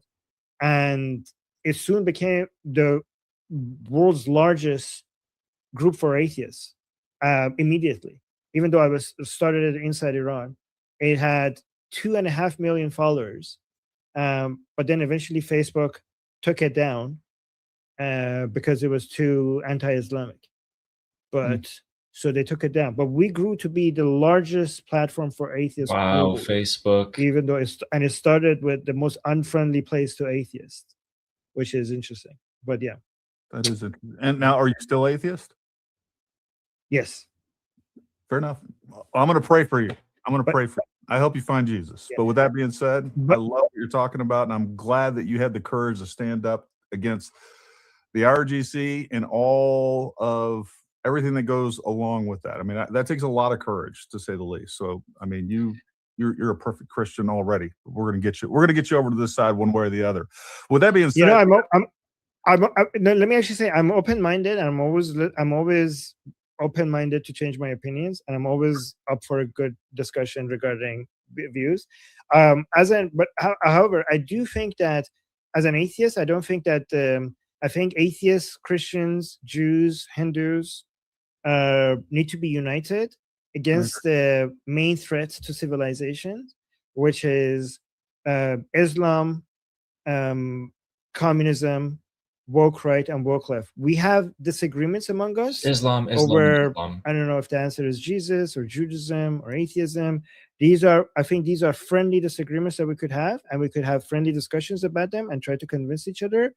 But I think none of these, even if we disagree, none of these are threats to civilizations, even if you disagree with them. I think Islam is not just a religion, it's a world model that is in competition with other world models, and so is communism.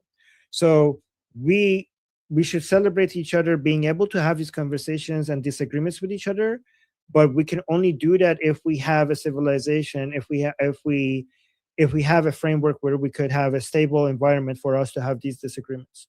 And to be able to do so, we have to prioritize fighting these threats to civilization. I couldn't agree more. And, you know, what it comes down to is personal liberty, right? Look, I don't care what religion you are or whatever else, but what it comes down to is that as Christians, we believe that God imbued man with individual freedom of choice. And who am I to take that away from everybody? And that is what's different when it comes to communism. And when we get to elements of radical Islam or Islam, that you don't have a choice. At a certain point, people no longer have a choice, and you will convert. And we'll talk more about that. But real quick, I do want to interrupt you, and I want to talk to everybody. Look, Candace Owens just came back, and this does tie into exactly what we're talking about. Candace Owens just came back from Russia. I haven't watched the full episode. I've only watched a few clips, but I do want to share something with you that ties right into this, because the only thing that is more dangerous than a before he shows the new the clips, I mean, so before he shows these clips, we have breaking news. That are convincing you. We have breaking news, ladies and gentlemen. The second round of U.S. attacks are happening now. So as I find more information, we'll bring that up. Let's go back to the stream. They give their bodies and they just wanted to help. I can't explain it. It was just like, it was something that was so beautiful that happened in this moment. And so I'll keep you posted, but that happened in the background. And anyway, the audacity of the gaslighting, I guess, sort of became this undercurrent theme, which rather neatly threads into Zionism, what we're seeing today, my broader experience in Russia, right? The audacity of the lies that they tell. It should just be studied. Just listening to that right there. They just don't care. Putin personally invited Candace to participate in this. We are all acknowledging right now that we are an occupied state. These people behave. Stop it right there. There's so much more. I got a bunch of other clips. I'm not going to play them because I don't want to interrupt this interview with Armin. I think it's so important for Americans to know what's going on in Iran, and definitely from a firsthand point. But real quick, I do want to take you to this other post that I talked a little bit more in depth about this. And, you know, I was expecting Candace Owens to come back and kind of ease into this just a little bit, but that's not what we have. Immediately, as soon as that camera hit record, what we're hearing is straight up Dugin and Russian propaganda straight from her. The U.S. is bad. Russia is good.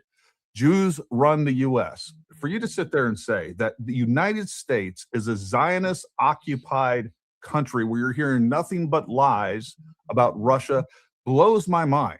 Like, how ignorant of a society do we have to be where people don't even understand the inner workings of actually what's taking place in Russia? What I want people to do is I want you to look this stuff up for yourself, and beyond what I'm going to hit some of these real quick, but do your own research, know the facts. I want you to look up these independently verified metrics comparing U.S. to Russia. Human Freedom Index, look that up.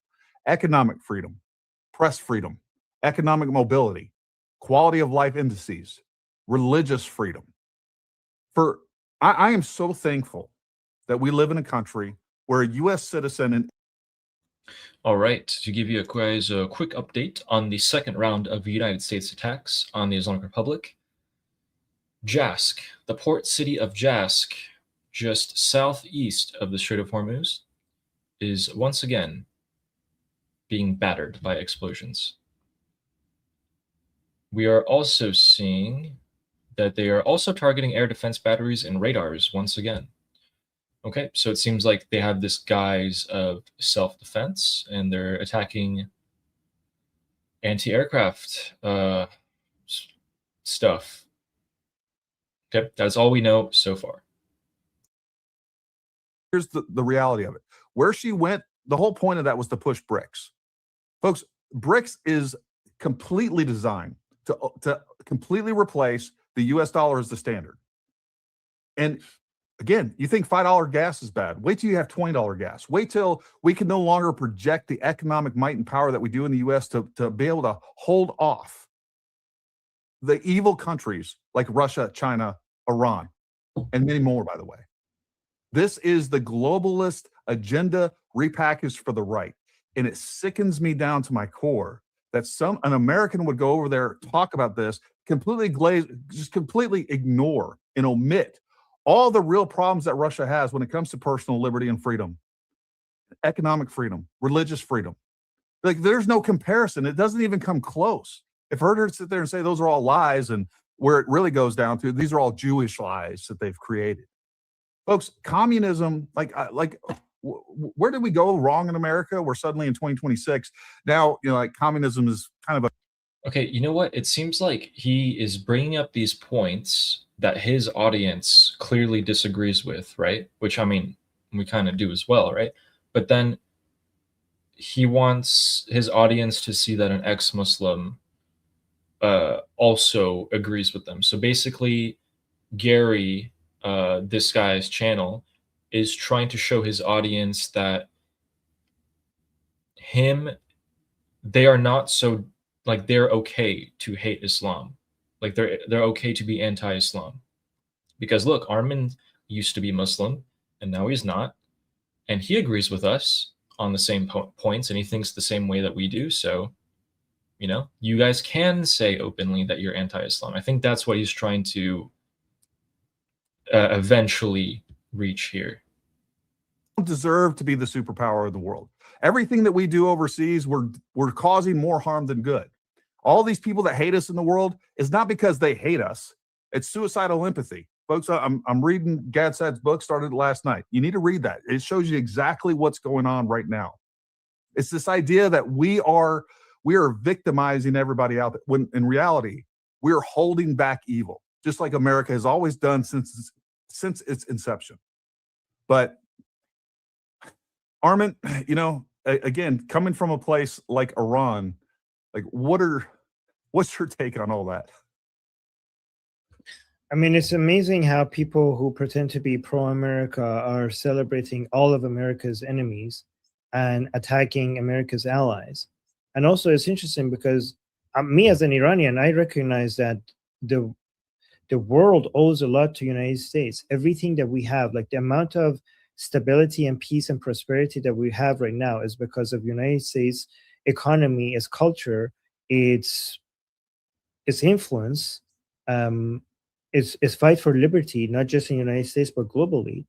But more importantly, because of its giant economy, because of the right methods and the right values that it has, and because of capitalism, and because of it being pro-liberty, has managed to grow its economy to a point where it could afford such a giant military that for the first time in history, that giant military has provided a level of stability globally that every country on earth is benefiting from. I think people don't understand that it's the United States military being present all around the world that makes maritime trade possible to the level that we have right now, which the entire global economy relies on. Every single country on earth would be significantly poorer right now if the United States military wasn't providing this free service to all the countries around the world. I mean, it benefits the United States because the United States economy relies on this global stability, but every other country is not paying for this and is benefiting from this. The whole world would be such a much more of a unstable, horrible, chaotic place. Like for the first time in 10,000 years of civilization, we have reduced violence and war to a level, unprecedented levels. People think that there's more war right now than ever before because they don't study history. We think that there's more war than ever before because it's on the news all the time. But we are living at the most peaceful, stable, prosperous time in history. And it happens because of United States military providing stability that makes trade and progress possible, is because of all the technology and science that comes from the United States that the whole world benefits from. The internet, computer, all of this comes from the United States. And that happens because the United States has the right model that makes its economy grow enough for technology and science to grow to such an extent in the United States. But it's also because of the models the United States has developed works so well that the whole world has adapted it since the Cold War. Like in Western Europe, we had the Age of Enlightenment, and we had basically the classical liberal values, or the Western values being was popularized there. But it wasn't after the French Revolution didn't enforce, like basically adopt those values. It was the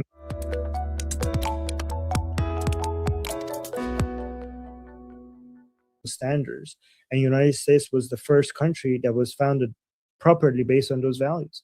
And everywhere else in the world right now, to some extent, some more, some less, is abiding by that value. Like the whole nation state model was created. The whole nation state model that now covers the entire planet was first put in practice by the founding of the United States. So everywhere you have a parliament, everywhere that you have, three branches of the government, everywhere that all of this comes from the United States. I mean, it was created in Western Europe, but it was put in practice most effectively in the United States. And after World War II, all of these standards were put in place in the Western world. But after the Cold War, it basically, after World War I and World War II, it became dominant in most of the world. But after the fall of after the Cold War and everything, it's now the dominant model everywhere. So after defeating communism, the Western model that was championed by the United States became the dominant model everywhere. And everywhere on the planet now, one way or another, we're following this model. And the American culture, people say like, Westerners have no culture, but the only reason why they don't see it is because it's like fish swimming in water. It's so ever present everywhere that they don't even see it, that everything everywhere in the world, from Indonesia, from to Bangladesh, even in Iran, even the fake versions of it is a copy of the United States model. Like even in Iran, where you have fake elections, we have the parliament, you have the 3 branches. It's a fake version of it, but it's a fake version of what was created in the United States.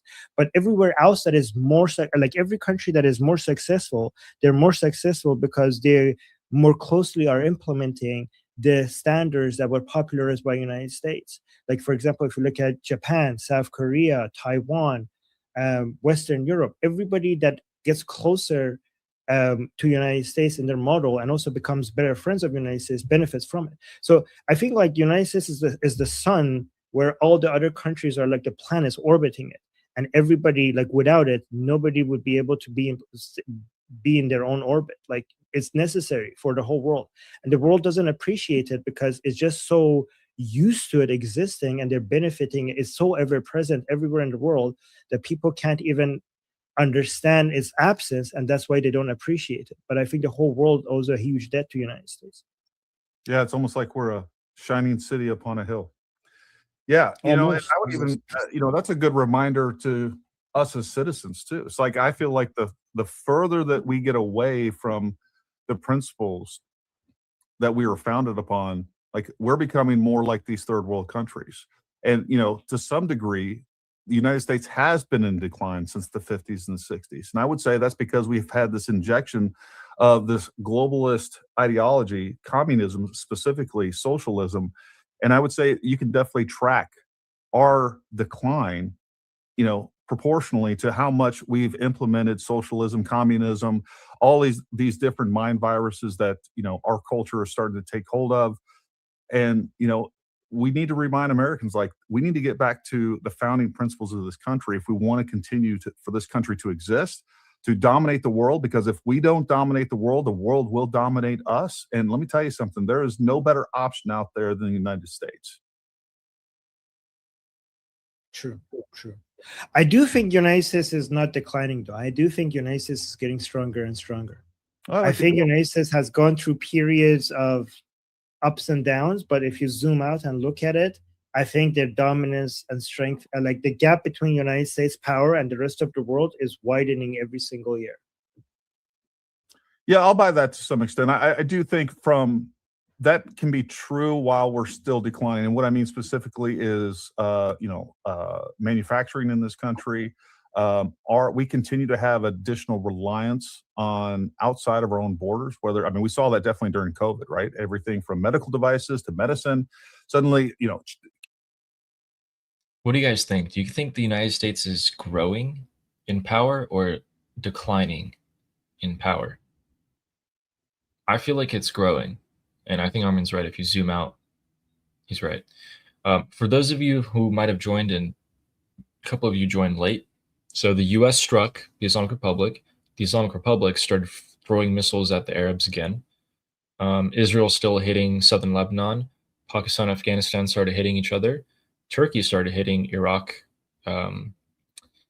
And right now, America is hitting the IRGC positions again in the Strait of Hormuz. But so they're hitting Kesh Island, the port of Jask, the port of Bandar Abbas. So this is the second wave of attacks that are happening literally as we speak. There are explosions over there on that side of the world. The interesting part is that this isn't verified, but people are saying that some of the missiles from this round of strikes is coming from Bahrain. This might be US bases in Bahrain, but wow, I don't think the Bahrainis will be happy about that one, because that just means that they're going to get targeted by the IRGC here. That's my update. And then you fall and your neck breaks and you die right away. But the Islamic Republic was That's not painful enough. So the Islamic Republic, the way they execute is that they put the noose around your neck, and instead of having something, open under your feet, they lift you up. So you die, you suffocate very slowly. And for some people, sometimes it takes up to 20 minutes. There are reports that some people were experiencing so much pressure when they were dying that they chewed at their own tongue. And they have doctors there that have to come constantly check if you're dead already. But they make it slow on purpose. So that's how they do it. And so every time you hear there's an execution inside Iran, just know that they on purpose made it a slow, very, very painful death. And we right now, by the way, Gary, as we're speaking, we're getting executions all the time. Like every day I'm hearing news, another person got a death sentence, another person got a death sentence. And so per capita, we have the higher number of executions inside Iran. On a total number, Iran is the second highest executions after China. But I think on a per capita, they're not number one in executions. And a lot of them are just for political reasons, for people who are anti-regime or anti-Islam. If you will, give everybody like a clear picture of what the Iranian people are going through right now, how they're resisting, what they're resisting.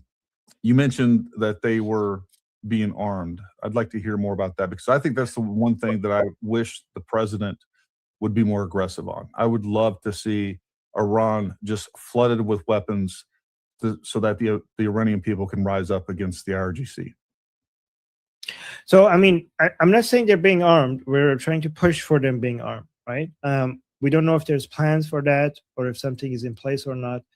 But we are basically asking for the Iranian people to be armed. But before I say that, before I say why we're at this point, I just want to make it clear that if the Iranian people are to be armed, it absolutely needs to be in coordination with Prince Reza Pahlavi. They cannot, it cannot be, because that's the person that the Iranian people consider to be their leader, be the leader of the revolution. And any form of organization or any form of like arrangement of this using anyone else, like the Kurdish separatist groups or other countries, or any other group of people, it's not going to work. It's going to backfire. It's going to backfire big. And the arming has to be done in a coordinated way, with filtering in place, with training in place. And it's not about just guns. It's also about drones. I think drones are supposed to be, like, we had a lot of success in Lebanon with Ukrainian soldiers training the opposition against Assad again with drone technology. And that was really effective against Assad. So we need something similar in Iran with drones. And drones are becoming more and more user-friendly and easier to train on. And I've heard like somebody who's not experienced with them, within 4 to 7 months of training, will be able to use them pretty efficiently. And I think that is something that the Islamic Republic doesn't really know how to defend against. If we had a whole bunch of like drones being operated on Iranian soil by Iranian people. But obviously, all of this has to be done with coordination with Prince Reza Pahlavi. With regards to how we got here, is that this is how the Iranian people have demonstrated that they are willing to do what's necessary to topple the regime. In early January, the whole world watched them come out in the millions, unarmed against an armed regime. And they paid the highest price imaginable for it. This is the greatest act of massacre in modern history by a state against unarmed people. Haven't seen anything like it. Tens of thousands of Iranians were killed, not in a matter of days, but in a matter of 10 hours, 5 hours on a Thursday and 5 hours on a Friday. A lot of people say 42 hours in 2 days. It wasn't 42,000. They say 42,000 in 2 days. It wasn't 42,000 in 2 days. It was 42,000, if that's the actual number, in 10 hours. 10 hours. So to understand how big of a number that is, the Hamas, if you believe Hamas numbers regarding how many so-called Palestinians died in Gaza, if you just accept that number, we're dealing with a number like 65,000 that died over a year and a half, even if you believe that number. So the Islamic Republic got to 42,000 in 10 hours. That is that is insane. So, and not only that, just 40 days after that, the Iranian people came out in the streets again, and until they were told by their leader, Prince Reza Pahlavi, and the Americans and Israelis that it's not the time. You guys are going to get crushed. So there was a lot of eagerness to come back and do the next uprising, and they were convinced to go back home because the evaluation by President Trump, Prime Minister Netanyahu, Princess of Pahlavi, and Admiral Cooper, leader of CENTCOM, was that this is not the time. You're not you're going to get crushed again. So stay home. It's safer for you to stay home. So this is why the Iranian people are like, it's ridiculous to expect them to do an uprising again, given that we saw that even if the Iranian people come out in the millions, the regime could just rain bullets on them with their machine guns and just kill tens of thousands of them again. I mean, they have demonstrated that they're very, very brave, but they're not stupid. Like, that will not get us anywhere, right? Yeah. So given that the Iranian people have shown already their bravery and their determination and their eagerness to topple the regime, I think the next step is for the world realize that they can't do this unarmed. And again, by the way, just remember that what the Iranian people need is not like troops on the, like, we don't want a ground invasion like Iraq, like what happened 20 years ago in Iraq. Like, no troops on the ground, nothing like that. We already have troops. We already have boots on the ground. The boots on the ground is the Iranian people. They're already willing to fight. They already are ready to do what's necessary to free their country. All they need is just the weapons to be able to do so. And also, just so for Americans to understand, that scientific polls shows that after Iran, the most popular, what do you think, Gary? What do you think? So what is the number one popular country among Iranians after Iran? I mean, it's got to be the U.S. It's the United States, right? And then Israel. So it's the number one country after Iran that for Iranian is the United States. So what do you think is going to happen with a country that is this U.S. friendly? The people are this U.S. friendly. What do you think is going to happen when they topple the regime? Like, what are the consequences to the United States for a nation like that to be able to choose their own leaders and have a state that actually reflects the Iranian people? Yeah, I mean, I would love to see us have a strong ally with Iran as another ally in the Middle East. And on top of that, not only do I think if we get rid of the IRGC, which I think is critical, like, you're going to hear Gary talk very critically of President Trump if we do not get rid of the IRGC. I think we have an opportunity to do this that will bring stability and peace in the Middle East like we've never seen before. Yeah, and it will save the Americans so much money and lives. A lot of Americans should remember that the Islamic regime in Iran has killed more Americans than any other currently existing state in the world, right? So that should make them your number one enemy. Also, a lot of people are worried about the costs associated with military operations. First of all, if you arm the Iranian people, that would cost very little, because you're not actually it wouldn't be American soldiers that would be doing the job. It would be Iranian people. So that would save the Americans a lot of money. But also the strategy of containment of the Islamic Republic every single year for the past 47 years cost the American taxpayer so much, much, much more than the cost of toppling the regime. And it's not just the cost of toppling the regime that is very low compared to having the Islamic Republic as your enemy. It's also all the financial benefits for having Iran as an ally, because Iran will become a contributing factor to fighting America's enemies in the Middle East in the same way that Israel is fighting America's enemies in the Middle East. In fact, I think Iran and Israel will become very, very strong allies. Iran and Israel have ancient bonds. They have the same values. Iranian people and the Israeli people share the same enemy, and the Iranian people love Israel. They love United States and they also love Israel. And like the ancient bond that of the Iranian people and Israeli people, no two other nations share this deep of a bond. I mean, it's biblical. Their bonds are biblical. Like that's how ancient and old it is, right?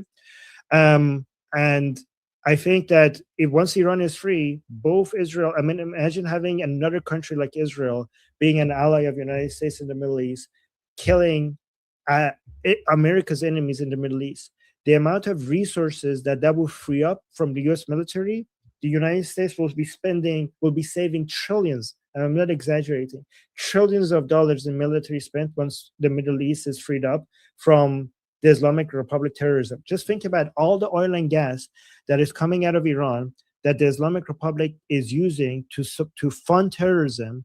Not only that terrorist ATM would be cut, not only the terrorists would stop being able to use my country as their own personal ATM, all of that oil and gas revenue will now go. It wouldn't just be cut from terrorists. Will now be spent on Iran's military to go hunt down terrorists. He's absolutely correct. Here's one thing that people need to recognize: when the Iranian people get rid of the Islamic Republic, they're not done hunting down Islamic terrorists, right? Because the Iranian people are not going to forget the 47 years of the crimes that the Islamic Republic has done to us. So many of these people are going to go run away, and we're going to go hunt them down wherever they're going. Like just like the Jews, once they founded Israel, they didn't stop. They went Nazi hunting all around the world, wherever these people are. And the Iranian people are going to do the same thing. And it's not just going to be the IRGC. We're not going to also just going to hunt IRGC wherever they're hiding. We're going to go after Hashd al-Shabi in Iraq, Zainabi in Pakistan, Fatimiyun in Afghanistan, and Hezbollah in Lebanon, and Hamas in Gaza, because all of these people were responsible for coming into Iran and killing my people. So we're going to go to wherever they are, and we're going to help Israel. We used to work with Israel before the Islamic Revolution. I don't know if a lot of people know this, but Savak, which was Iran's intelligence agency, was trained by the Mossad. So our Artesh, which is the Iran's military, is going to be working with the IDF, and our intelligence operations, which is Savak, is going to be working with Mossad, and we're going to go hunting. So all that oil and gas revenue is going to be used to spend on intelligence operations and military operations to go kill not just Iran's enemies, not just Israel's enemies, but the Iran's and Israel's enemies happen to also be America's enemies. And Americans will also don't have to spend all that money and all of those lives on hunting these people down. They could just rely on Iran and Israel to do that in the Middle East and bring stability and peace to the Middle East. And that will free up so much of United States military to focus on maybe the Pacific or their own hemisphere. So that's going to be trillions and trillions of dollars in saving if you add that up. Yeah, not only that, all the different economic opportunities that we would have if we were, trade partners, economic partners as well. Think about when Iran is free. Armin's absolutely right. Terrorism, as we know it in the Middle East, is going to diminish and start disappearing. Why? Because of us. We're going to take them all out. Not because we're doing anyone a favor, okay? One, we want revenge. Two, it's safer for us, Iranians, if those guys are taken out of the equation. All the terror groups that Armin just mentioned, it's completely to the benefit of Iran to have them gone. Not only that, guys, decades of sanctions, those are gone. You can trade with whoever you want to trade now. And remember where Iran sits on the map. It sits in between 3 continents, basically, between 2 bodies of water, in one of the most strategic locations in the world. They're not funding all these terrorist organizations. I mean, terrorism around the world is pretty much going to shrivel to nothing. And then whatever's left, just like you said, Iran can handle, the United States can handle, Israel can handle, but we're going to have stability in the Middle East. And we'll see if anything fills that vacuum. But I just can't, I can't imagine how, the number one state sponsor of terror is Iran. And it's 80% of it, a large portion of that, especially in the Middle East. Yeah, I mean, you're so right. I mean, I'm sure some terrorist elements will remain, but every single terror, as you very correctly pointed out, every single terrorist group associated with the Middle East and also in other places gets their funding from Iran, from the natural wealth of the Iranian people, instead of being spent on the Iranian people, is being spent on these terrorist groups. So even if these terrorist groups still, some of them still remain after the fall of the Islamic Republic, I mean, they're losing their most important source of funding, which is the oil and gas of Iran. And not only that, that's going to be, that same oil and revenue is going to be spent on military operations to hunt them down. So that would be devastating. So obviously nothing is going to completely wipe out terrorism completely, but it's going to be night and day. Like, it's going to be so much less significant. I mean, like, the Nazi regime in Germany fell.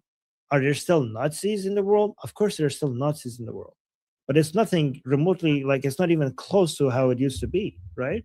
I mean, there's still communists around the world, but this is not at all resembling to what the world was like when we had the Soviet Union and and Mao and stuff like that around the world. So it's so much better. So it will become so much less, and it will also prepare United States it will put United States in such a perfect position in this Cold War that we're entering between United States and China.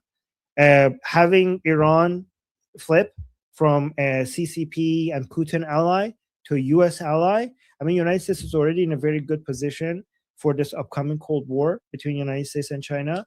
But I think if we get Iran, which is such an energy-rich and rare earth mineral-rich country, to switch from being an ally of Putin and CCP to being an ally of United States, they put United States in a very, very comfortable position for the upcoming AI and robotics race and the new geopolitical global order that we're about to enter.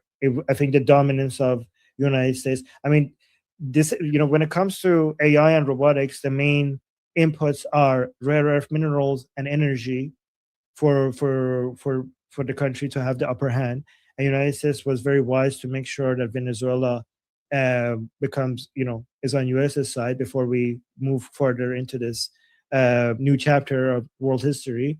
But Iran is also very energy rich. It's a very key strategic area.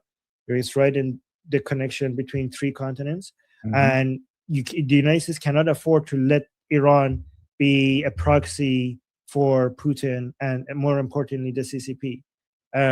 They just can't afford to let that be the case. So that has to be solved.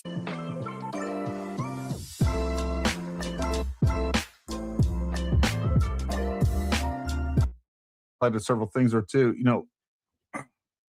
Not only is Iran killing Americans, but like they're killing thousands, tens of thousands, and they're responsible for the deaths of tens of thousands of not only Iranians, but those in Gaza and many other places.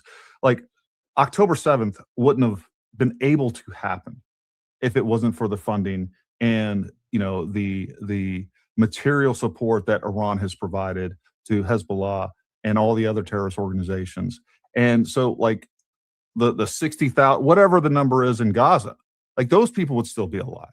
And chances are Hey, can you guys hear me? I'm going to give you guys some updates here. So I don't know if I was trying to talk over the stream there. I thought I was muting it, but there are a second round of attacks from the United States on the IRGC positions in the Strait of Hormuz.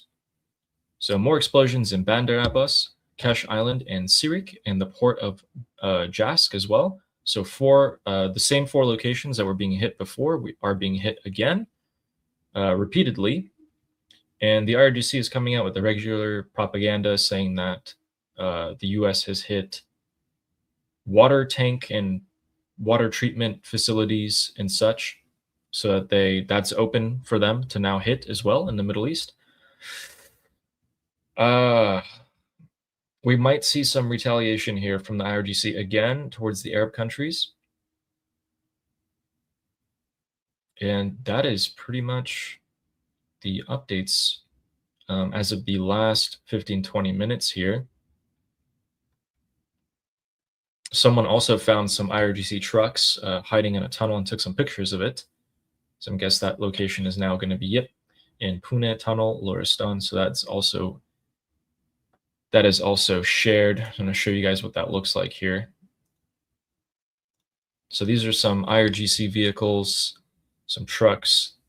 I'm not exactly sure what's in them because what it looks like could be anything. And this first truck has a half open door, but the other ones are more closed. And those could be pretty much anything there. These are deep inside, and that's infrastructure. So this is going to be tough to hit, but think about it this way. If those trucks stay in there and they don't come out, they are as good as useless. If they do come out, they will probably be seen because now this tunnel right here, Pune Tunnel in Loristan, is going to be identified immediately and is probably going to be watched. This is great. Whoever took this is from right now. This is from like past 30 minutes. Whoever took this picture or these pictures, you're doing everyone a favor. So this is great information here. Whatever's in those trucks are never going to see the light of day again. And if they do, they will be blown to smithereens. Also, I'm going to have to message Armin here and ask him to ask that guy not to copyright strike us, because I guess we were sharing his stream there. So hopefully that turns out okay. I would prefer if the stream doesn't get taken down. And that is round 2 of the retaliatory strikes. Now it seems like here's what's the IRGC are claiming that Israel had a part in these strikes, but it turns out that the part that Israel played was that the refueling tanker that the United States Air Force and Navy used tonight to conduct these strikes was taken off from Ben Gurion Airport in Israel. So the IRGC is saying, hey, that's Israeli help, which is the same thing that they've been saying for all of the Persian Gulf Arab countries. You guys have U.S. bases in your countries. We're going to hit you no matter what. I don't care what you say. And they did tonight.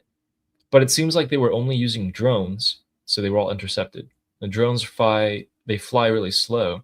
It's easy to intercept them, which is why usually this is the type of attack that you carry out. You launch the ballistic missiles first. They are much, much faster. And then after the enemy already has a tough time intercepting the ballistic missiles, or if they already got hit and they know that you're attacking, then you send the drones in. Is the interviews background okay for YouTube? The interviews background? I'm not sure. I'm going to stop sharing it completely. But look, here's my 2 cents on tonight. Tonight seemed to be just more of obviously this wasn't an all-out strike. In fact, it was more of hey, we'll kind of signal to you guys that we're about to hit you. Both sides are telling each other that they're about to strike. Because who announces that they're going to hit first, then hit? It's usually the other way around. Quite frankly, a little disappointing if the IRGC fires a missile at an Apache helicopter and the pilots just happen not to die. Doesn't mean it's like what Armin was saying the other day. It's as if I stand in front of you and I take a swing to punch you in the face and I miss. Well, I still swung at your face. So, yeah. Yeah, we'll see. We'll see.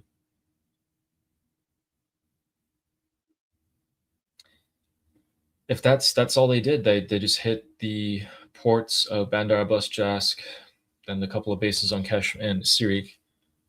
They hit them hard, but we've been seeing a lot of that. I'm not sure that's going to change the IRGC's position on things. In fact, what it's going to do is, for their own supporters, it's going to make them pretty upset.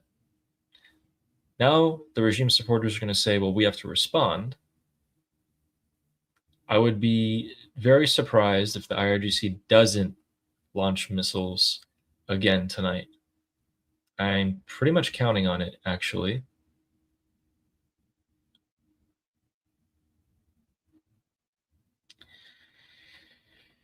All right. I sent in a super chat over there. Pushups is saying, I sent in a super chat over there on Armin's interview saying, will free Iran have terrorist huntings? Okay, that's some hardcore stuff. No, we're gonna have our brave soldiers do it. You know what that reminds me of? That reminds me of where was it? Kosovo or the Balkans War that happened there. Yeah, Sarah, I don't know if I'm going to go to the gym today because I usually go at this time. I'm kind of conditioned to go at this time because usually you would end work at this time and you just go to the gym right afterwards. But here's the thing. The IRGC is probably going to start launching missiles again. And that might have retaliation from either the Arabs or the US or Israel. And yeah, we'll just keep going in a circle. It's kind of been going in a circle for 2 weeks here. But look, the original thing that we meant to discuss today, and we'll discuss it again tomorrow, unless there's, crazy stuff happening. But President Trump said that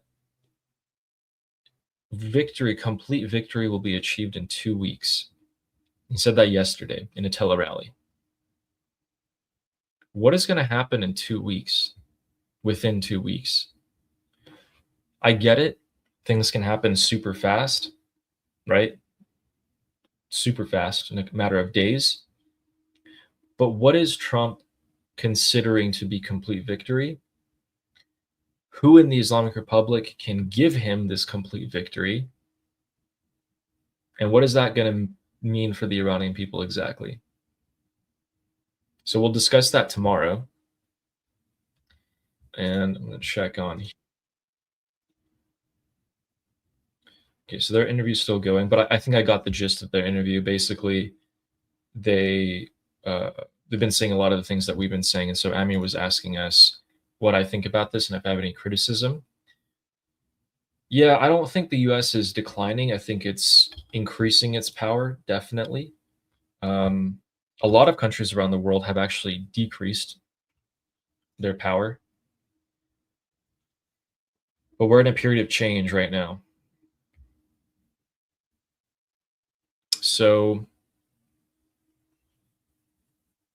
yeah. Trying to see if I missed anything here. No, I think that's pretty much it. Well, oh, we have a super chat here from Vrij Boer van de Velde. He said, I ain't even Iranian, but I was offended on y'all's behalf when I saw IRGC saying Javid. Yeah, Javid Iran, they were saying that. Ain't nothing Javid about him. No, there ain't. You know your chants are working when the IRGC are stealing them. Disgusting. This isn't, so this is, they do this every time, guys. But most of you might know, but some of you don't. Every time that the Islamic Republic is under pressure and they think that they need some sort of advantage, they go straight back to being like, hey, we're all Iranian here. And then boom, everything's good. And they go back to, hey, put your hijab back on. Hey, you can't dance, you can't sing, you can't talk to boys or girls, you can't do this. It's just a cycle, and they're always going to do it. These people are just completely evil. All right, we're going to check this latest bit of news. Everyone's catching up on the news that there's powerful explosions in Bandar Abbas. We've been saying that for a while. Iraqi channels are saying the same thing that they've been saying for a few hours now, which is that American fighter jets are flying in the skies of Iraq. Yep, we've been saying that.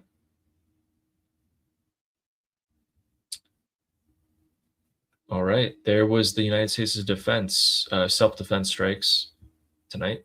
We got 2 rounds of them so far.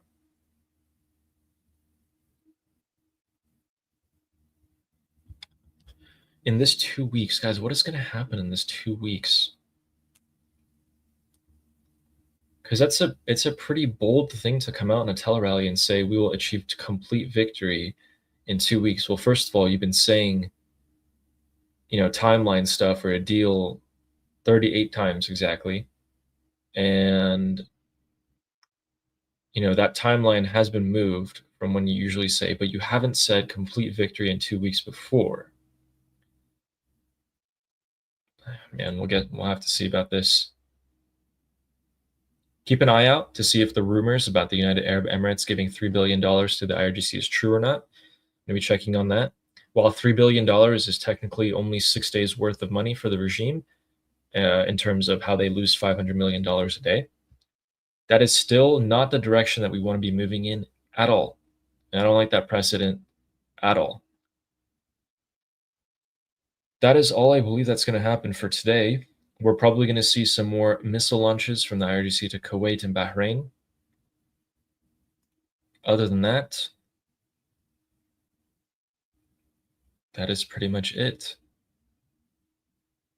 We might see another late night live stream like we did a couple nights ago. But other than that, I wish you guys the best. And I just remembered I'm going to say what Armin's said. So, Amir Zul Chai, Slava Ukrainia, Cuba Libre, Long of America, Jobbik Shaw, and Payandeira. Have a good night, guys.